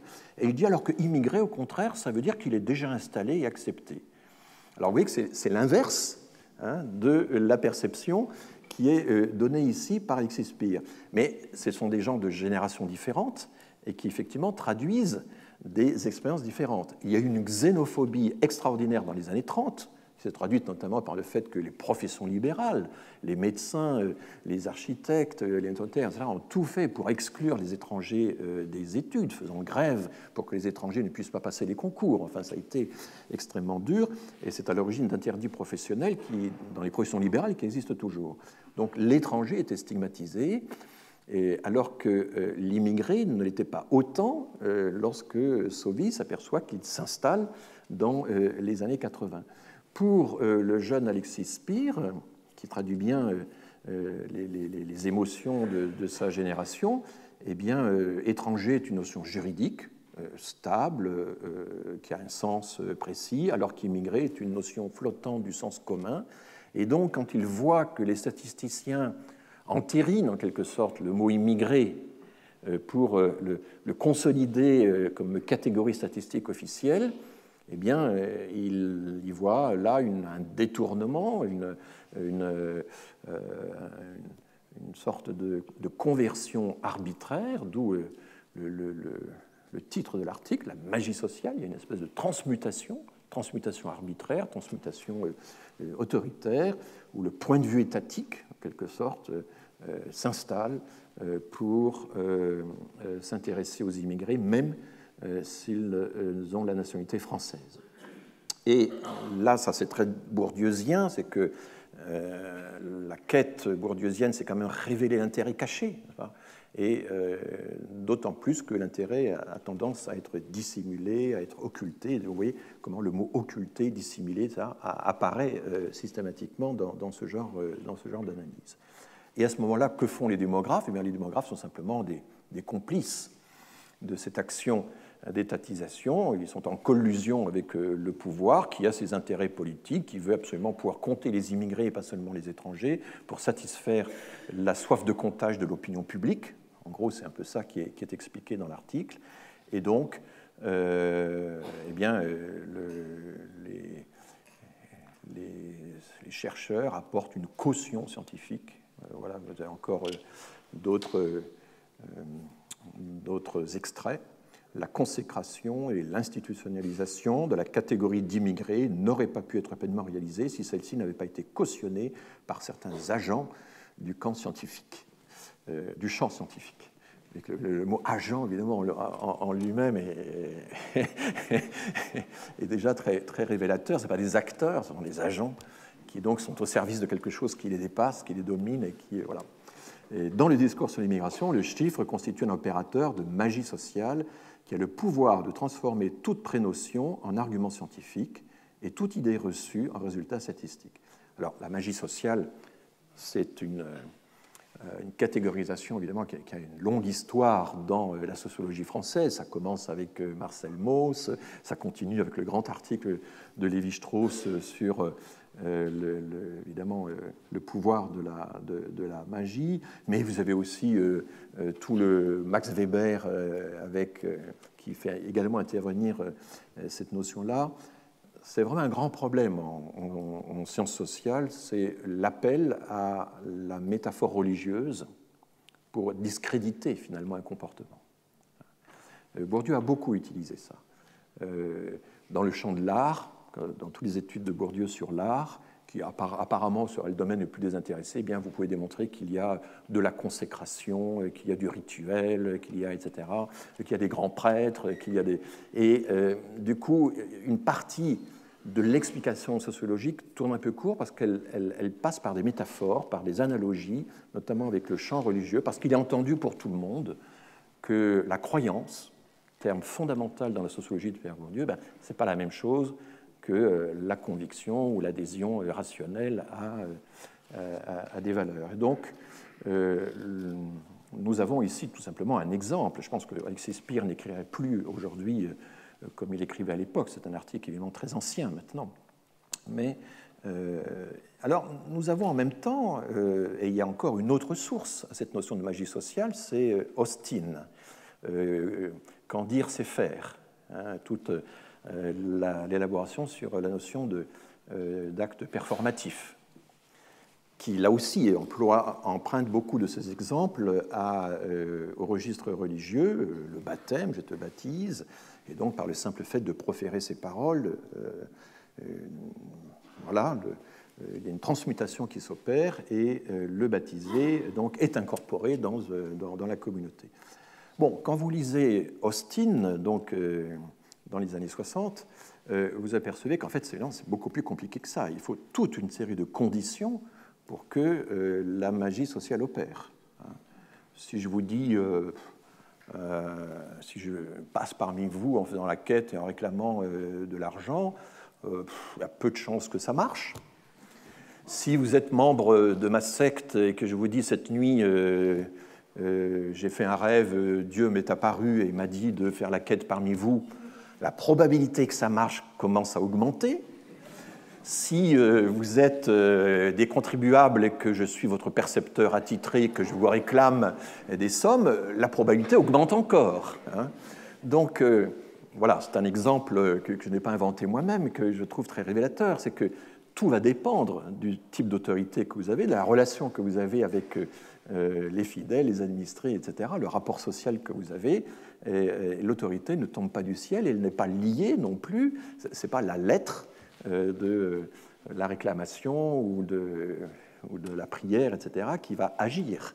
C'est le fait que cette formule, ces formules, ce sont des formules, effectivement, des formules reçues, mais ces formules n'ont pas du tout le même pouvoir, la même probabilité d'être acceptées par autrui. Et là, Max Weber est un bon guide. Hein. Vous connaissez sans doute la formule classique de l'État détient le monopole de la violence. Alors Max Weber n'a jamais écrit ça. Max Weber n'a jamais dit que l'État détenait le monopole de la violence.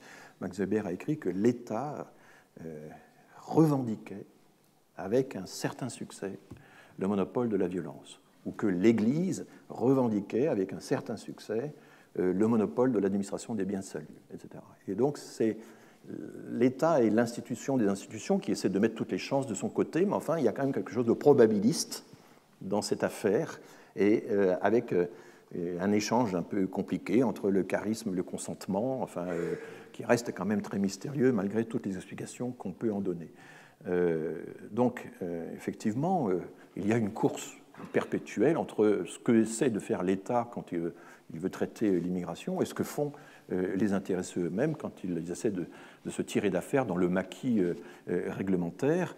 Il y a une revendication permanente de l'État à essayer de contrôler les choses. Il y a une revendication aussi permanente du statisticien à essayer d'établir des catégories fixes qui permettraient d'y voir un peu clair. Enfin, les situations réelles sont beaucoup plus complexes et tout le monde n'adhère pas. Donc, oui, cette notion de magie sociale a de très très grands antécédents, et c'est une notion fondamentale en sociologie, mais je ne pense pas qu'elle explique tout. Je ne crois pas que la présence de tel ou tel démographe au Conseil de l'intégration suffise à démontrer que ce jour-là ou cette année-là, une opération politique de l'État a reçu la caution scientifique du démographe et que c'est ça qui nous a valu d'avoir désormais des statistiques sur l'immigration et pas seulement sur les étrangers. D'ailleurs, c'est beaucoup plus complexe que ça parce que l'INSEE, l'Institut national de la statistique et des études économiques, très régulièrement maintenant publie, souvent dans un même schéma que j'aurai l'occasion de vous présenter la semaine prochaine, à la fois la réalité des étrangers, les immigrés, comment ces catégories se rejoignent, se recoupent partiellement ou pas, et ceci sur 2 générations. Donc le fait d'avoir intégré à la statistique, avec quelques retards par rapport aux pays étrangers, des données sur les immigrés et pas seulement les étrangers, n'a pas empêché l'INSEE de garder aussi la statistique des étrangers. Quand vous consultez le site de l'INSEE, vous avez la double statistique qui est toujours effectivement accessible. Et je crois que c'est important de tenir les deux bouts, alors que Alexis Speer, dans le résumé que vous avez eu, avait vraiment le sentiment que l'on voulait en quelque sorte substituer une réalité à une autre, qu'on voulait chasser en quelque sorte la notion juridique d'immigré, de l'étranger, par une notion en quelque sorte politique. Car, et c'est ça qui est important de comprendre, la notion d'immigré n'est pas une notion juridique. Alors que le concept d'étranger est une notion totalement juridique, évidemment, ce n'est pas le cas de la notion d'immigré. Il n'existe pas de texte qui puisse vous accorder ou vous retirer un droit selon que vous êtes immigré ou pas. Ça n'existe pas. Il y a eu, alors c'est un cas très particulier qui a été étudié par Patrick Zeil pendant longtemps, les personnes naturalisées, alors elles étaient de facto immigrées mais déjà françaises, devaient respecter des années de stage. Il fallait attendre 10 ans avant d'avoir le droit de vote. 10 ans après la naturalisation seulement, on avait le droit de vote, par exemple. Et ces dernières années de stage, qui ont encore perduré longtemps, ont été supprimées sous le premier septennat de François Mitterrand en 1982. Donc c'est assez récent. Mais pendant longtemps, il y avait effectivement des Français récemment naturalisés, donc des étrangers récemment naturalisés français, qui n'avaient pas la plénitude de leurs droits civiques. Mais ce n'était pas parce qu'ils étaient immigrés. C'est parce qu'ils étaient naturalisés trop récemment et qu'on doutait encore de leur loyauté, si vous voulez, par rapport à l'État. Donc, immigré n'est pas un statut juridique. Alors, on va dire, oui, mais c'est une catégorie, et une catégorie, c'est un effet performatif, ça crée quelque chose, et voilà. Alors, on a un autre exemple qui est assez intéressant, auquel on ne réfléchit pas assez.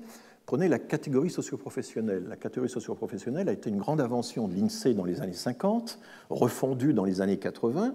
Ça n'a jamais été une catégorie juridique non plus. Cadre moyen, cadre supérieur, ouvrier de l'artisanat, il y a eu OS, etc., etc. Ça a joué de façon très importante dans certaines classifications, et encore, ce n'est pas très clair dans certaines entreprises. Certaines compagnies d'assurance, à une époque, ça n'a pas duré longtemps, ont utiliser les distinctions socio-professionnelles pour différencier les primes d'assurance, mais ça n'a jamais été une notion juridique. Et pourtant, elle était très, très utilisée. Elle était, par exemple, utilisée systématiquement par les instituts de sondage pour stratifier leurs échantillons.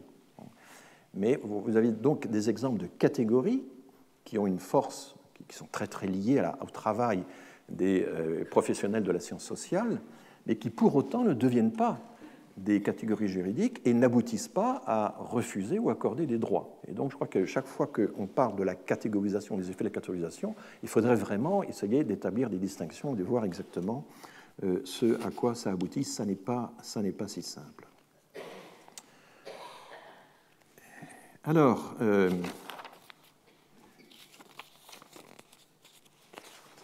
un des problèmes toutefois que posent ces catégories, je pense qu'il y a un domaine où les choses deviennent extrêmement sensibles, voire dangereuses, c'est la question de la seconde génération.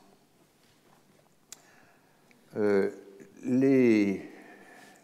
qu'est-ce qu'on appelle, oui, alors, seconde ou deuxième, enfin, la distinction entre les deux mots est totalement artificielle. On a plein de contre-exemples. Et donc, qu'est-ce qu'on appelle la seconde génération? Ce sont les enfants d'immigrés, enfants nés en France, d'un ou de deux parents immigrés. Alors, il faut faire la distinction, parce que selon qu'ils sont nés de deux parents immigrés ou d'un enfant ou d'un seul parent immigré, ils n'ont pas les mêmes comportements, ils n'ont pas les mêmes probabilités d'accès aux biens de toutes sortes, l'éducation, l'emploi, le logement, la promotion, etc. Les auteurs américains, depuis longtemps, ont également distingué ce qu'ils appellent la génération 1,5, 1.5. Ce sont des enfants qui arrivent, qui sont nés à l'étranger, mais qui sont arrivés suffisamment jeunes pour qu'on puisse considérer qu'ils ont été, pour l'essentiel, socialisés dans le pays hôte. Alors, la limite d'âge varie selon les auteurs. Est-ce que c'est 12 ans, est-ce que c'est 15 ans, est-ce que c'est plus jeune? Si vous lisez Gérard Noiriel, qui dès 1987 fait un grand usage de la notion de seconde génération, il dit des choses extrêmement intéressantes à ce sujet, lui il définit la seconde génération en incluant les enfants nés à l'étranger et arrivés jeunes. Donc c'est une notion, je dirais plutôt sociologique. Évidemment, pour le démographe, c'est compliqué parce que vous n'aurez jamais une source démographique simple d'état civil qui va vous dire à quel âge exactement vous êtes entré et qui permettra d'établir ces distinctions. Et donc le démographe, un peu par commodité, se rabat sur le critère pays de naissance, qui est évidemment le plus facile à manier pour lui. Donc là aussi, il y a la faisabilité évidemment qui intervient comme critère. Alors, lorsqu'on réunit première et deuxième génération dans le sens démographique du terme, on arrive dans un certain nombre de pays européens, dont la France, à des proportions importantes que j'ai eu l'occasion de dénoncer lors de la leçon inaugurale. Quasiment un quart de la population vivant en France est soit immigrée, soit enfant d'au moins un immigré. À l'intérieur des enfants d'immigrés, ça se répartit moitié-moitié entre les enfants d'un immigré et les enfants de deux immigrés.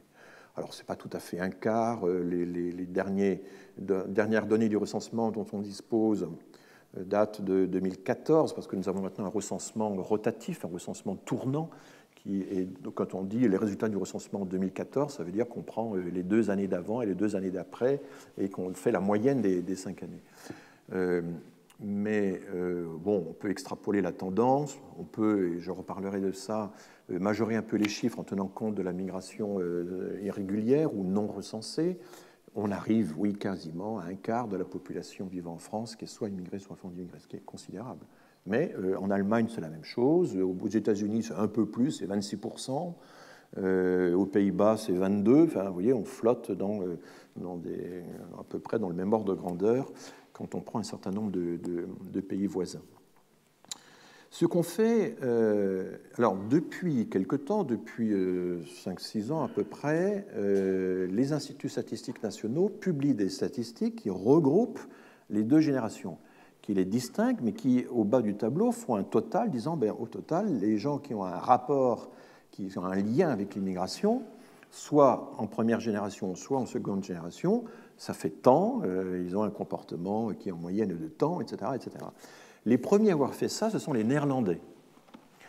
Les Néerlandais, dès les années 70, s'intéressent à la seconde génération. Les Néerlandais, les Pays-Bas ont une caractéristique particulière, c'est qu'ils ont 3 grands courants migratoires, essentiellement, les Surinamiens, leur ancienne colonie, les Marocains et les Turcs. Ce sont des communautés puissantes. Ils ont fait il y a eu un travail d'intégration assez remarquable aux Pays-Bas qui fait qu'on a aujourd'hui, qui se traduit de 2 façons qu'on n'a pas du tout en France.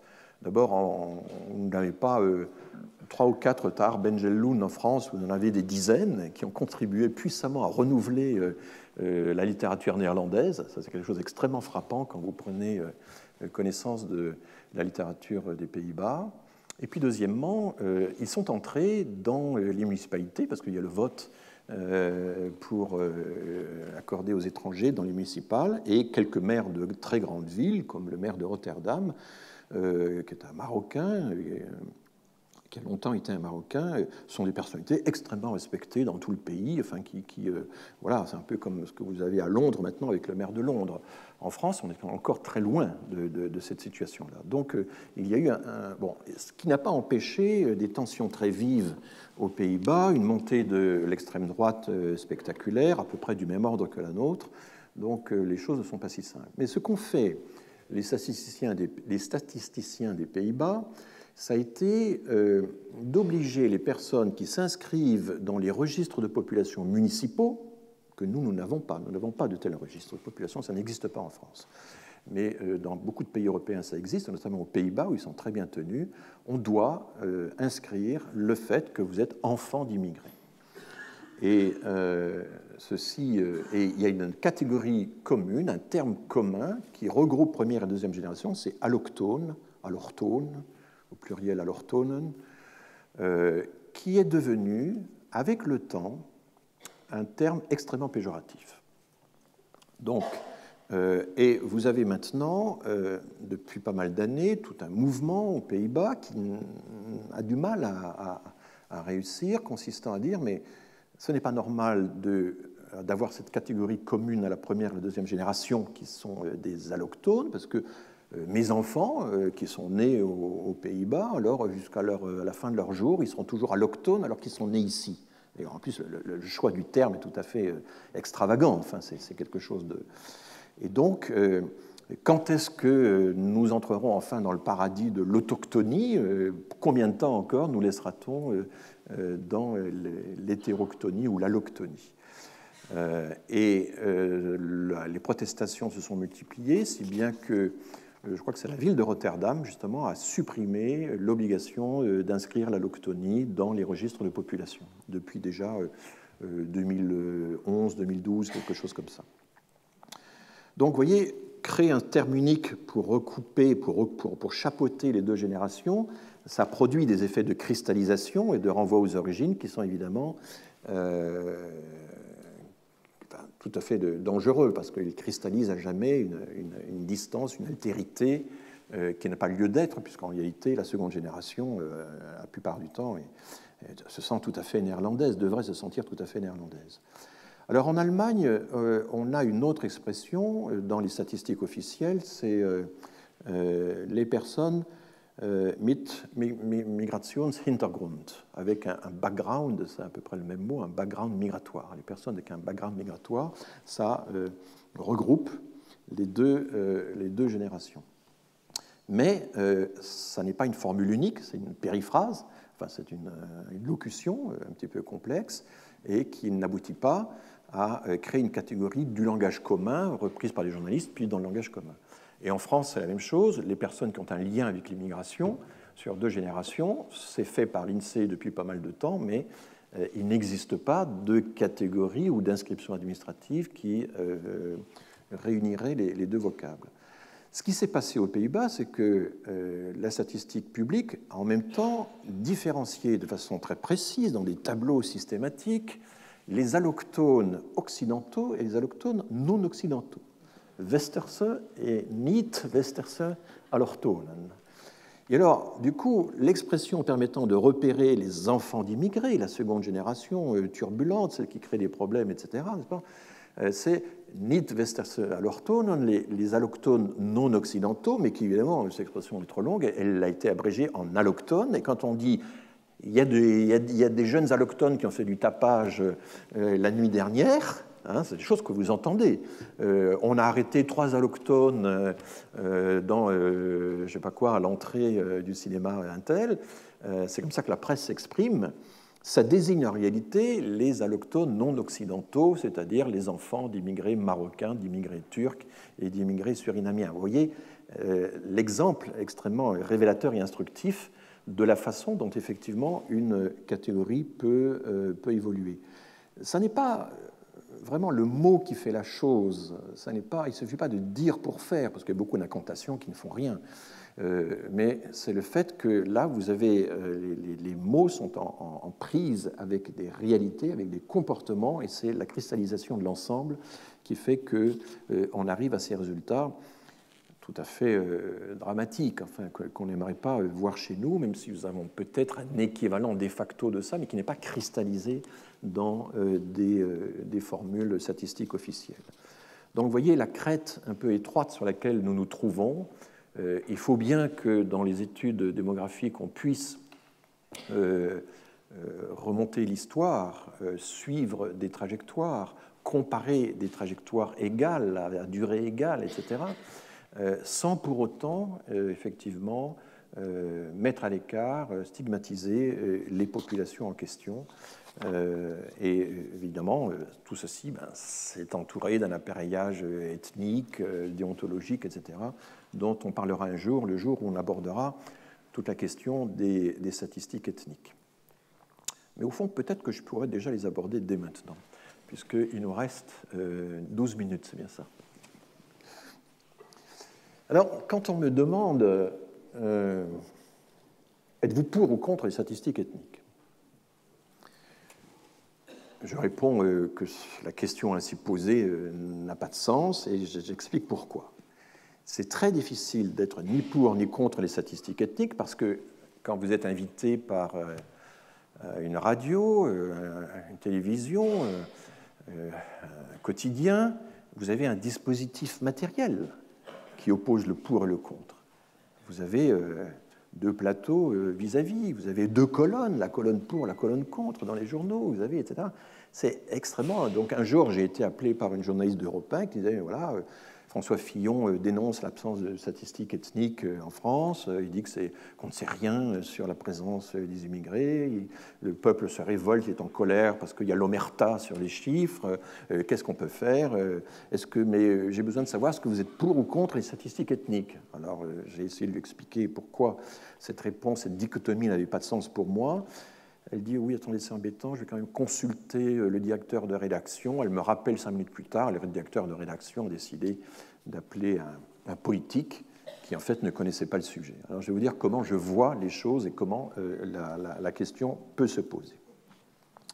Partons de ce qui était, la numérotation a changé, ce qui était l'article 8 de la loi informatique et liberté de 1978, qui stipule ceci: il est interdit de traiter des données individuelles ou personnelles qui risquent de faire apparaître directement ou indirectement toute une série d'appartenances. Donc interdit de traiter des données personnelles qui risquent de faire apparaître directement ou indirectement toute une série d'appartenances.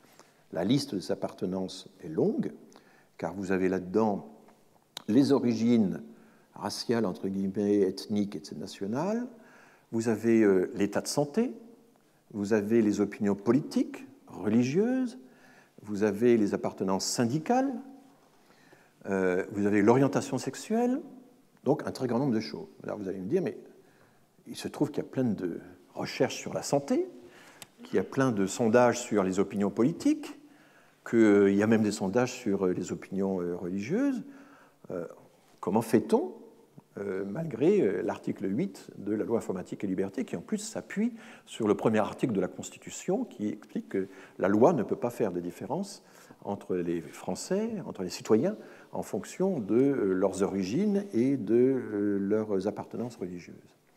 Eh bien, c'est que l'article numéro 8 est aussitôt accompagné, le même article, d'une série de dérogations.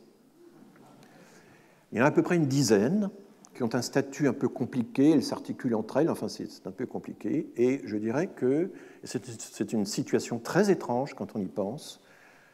Je dirais que 90% de l'activité d'un organisme de recherche comme l'INED est une activité dérogatoire. L'INSERM travaille dans la dérogation. Les instituts de sondage sont dans la dérogation. L'immense majorité du savoir que nous avons en sciences sociales sur les différenciations sociales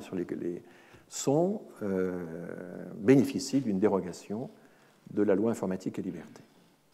On n'est pas dans le régime c'est permis à condition que, on est plutôt dans le régime c'est interdit sauf si.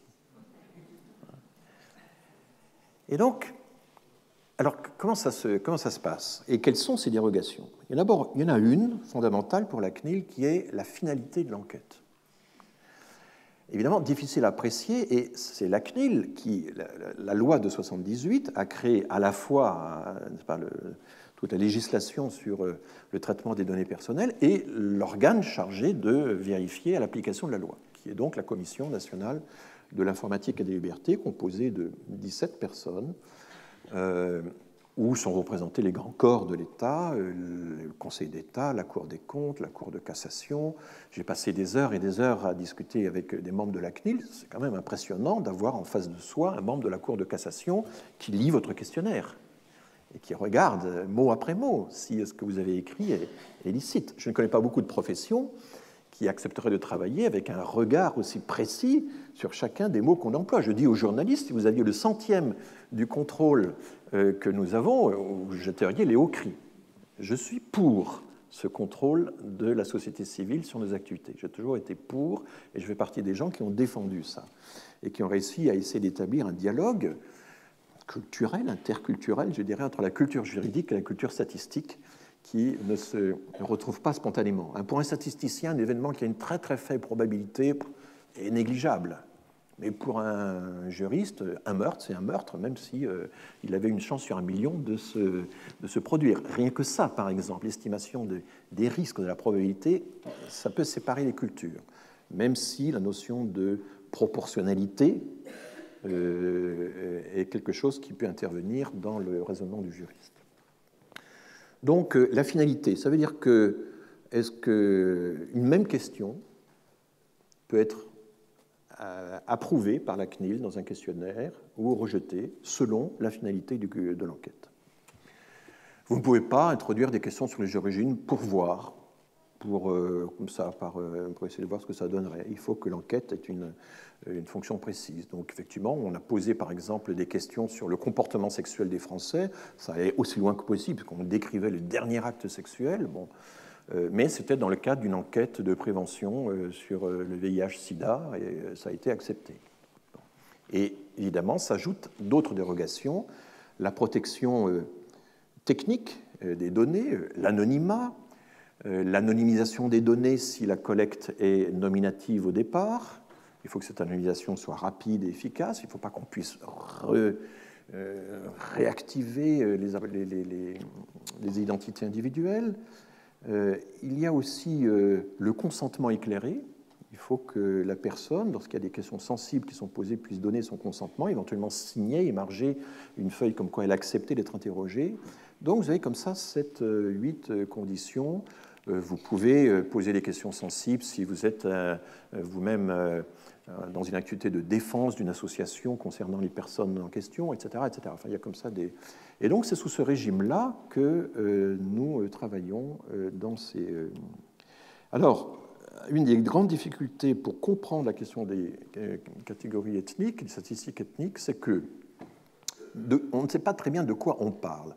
En Europe, quand on parle de statistiques ethniques, dans toute l'Europe continentale, on fait référence tout simplement au pays d'origine alors qu'on est établi dans un autre pays. Sont ethniques les données qui se réfèrent au pays d'origine alors qu'on est établi dans un autre pays.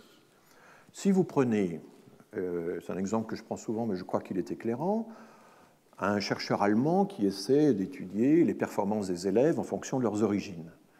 Il va écrire son article en anglais, bien sûr, et il va l'intituler Ethnic Determinants of School Achievement, les facteurs ethniques de la réussite scolaire. Alors vous dites, qu'est-ce que c'est que ces facteurs ethniques? Vous regardez le détail, en fait, c'est le pays de naissance des parents et c'est l'ancienne nationalité des parents. Ce sont les variables d'état civil, mais concernant la génération précédente. Eh bien, nous avons ça, nous aussi, en France. Nous avons ça depuis 1999 dans l'enquête famille que j'ai dirigée pendant une bonne partie des années 90.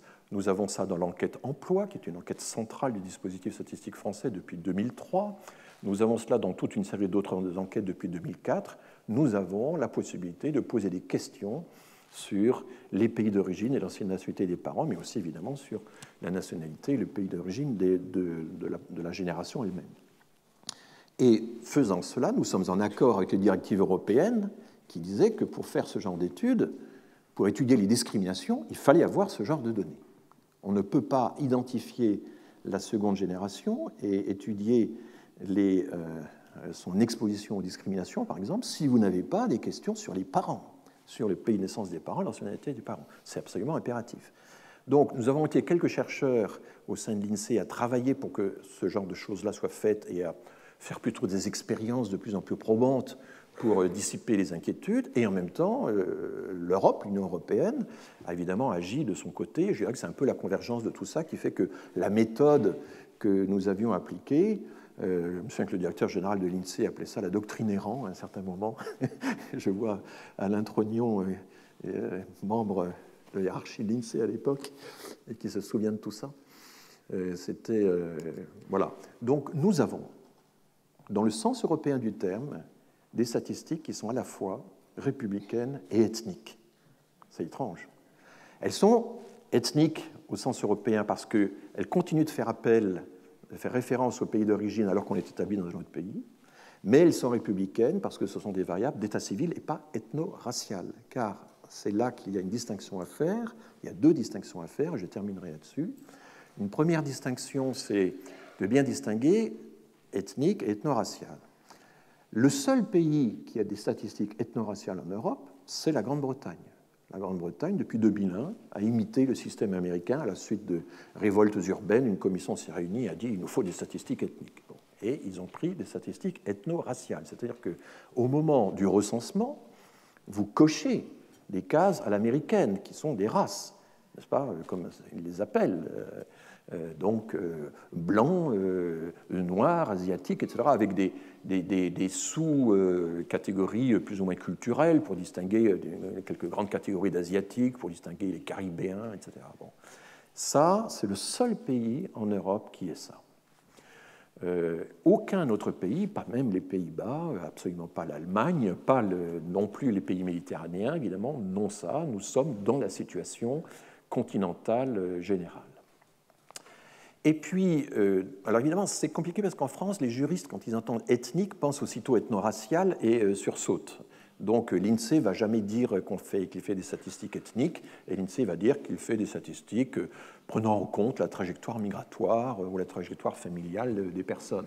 Mais c'est exactement la même chose que les statistiques ethniques en Allemagne. Et il y a une autre distinction qui est fondamentale et sur laquelle je terminerai, c'est que la Commission nationale d'informatique et des libertés sépare rigoureusement le traitement qui est fait aux fichiers d'études ou d'enquêtes anonymes tels que ceux que l'INSEE manipule et les fichiers administratifs. Pour les fichiers administratifs, c'est-à-dire les fichiers dont la tenue a un impact sur le sort des personnes, les fichiers d'élèves, les fichiers de locataires, les fichiers d'associations, les fichiers d'employés, etc. Là, il n'est jamais question de dérogation. On ne peut pas introduire dans ces fichiers des questions sur les origines des personnes. Les entreprises peuvent éventuellement s'organiser, si elles sont suffisamment grandes, pour organiser des enquêtes anonymes à l'intérieur de leur personnel, à condition que les effectifs soient suffisants ou à condition que plusieurs entreprises se regroupent pour avoir des effectifs suffisants. Donc il existe un manuel qui a été édité il y a quelques années maintenant par le défenseur des droits, qui était encore la HALD à l'époque, et la CNIL, un manuel commun, qui est un manuel à l'usage des acteurs de l'emploi, et qui, j'ai beaucoup participé à la création de ce manuel et à sa vérification finale, qui indique pour les administrations, pour les entreprises, pour les enquêtes en population générale, quelles sont les possibilités, quelles sont les questions qu'on peut poser, avec quel protocole, etc., et sur quelle base juridique. Donc, nous avons ça. Il y a une étape, et là on peut discuter, c'est tout à fait possible, qui consiste à dire, est-ce qu'on pourrait, dans le recensement de la population, introduire des questions sur l'origine des parents, et pas seulement dans l'enquête emploi ou dans les grandes enquêtes standards de l'INSEE. Plusieurs tentatives ont été faites pour introduire ça dans le recensement. Moi-même, j'ai essayé, mais nous n'avons pas obtenu gain de cause. Il existe déjà beaucoup d'informations, à peu près un tiers de la population française pour laquelle nous connaissons dans le recensement les pays de naissance et les anciennes nationalités, parce que ce sont tous les enfants, les personnes qui vivent, ou les adultes qui vivent avec leurs parents. Et l'exploitation des données du recensement se fait dans le cadre du ménage, et pas seulement dans un cadre individuel. Et donc, chaque fois qu'une personne, adulte ou enfant, vit encore avec ses parents, on a le renseignement pour ses parents, on a les fameuses variables en question pour ses parents. Donc, il n'y aurait pas une rupture radicale à introduire ces questions, mais toute une série d'associations ou de syndicats sont opposés à cette introduction et parlent de recensement des origines, de fichage des origines, etc. Je rappelle que le recensement est anonyme et qu'il est évidemment étroitement surveillé, mais je conçois très bien que tout ceci puisse se discuter. Voilà, et nous avons abordé déjà au cours de ce cours bien des choses. Je vous remercie de votre formidable attention et je vous donne rendez-vous à lundi pour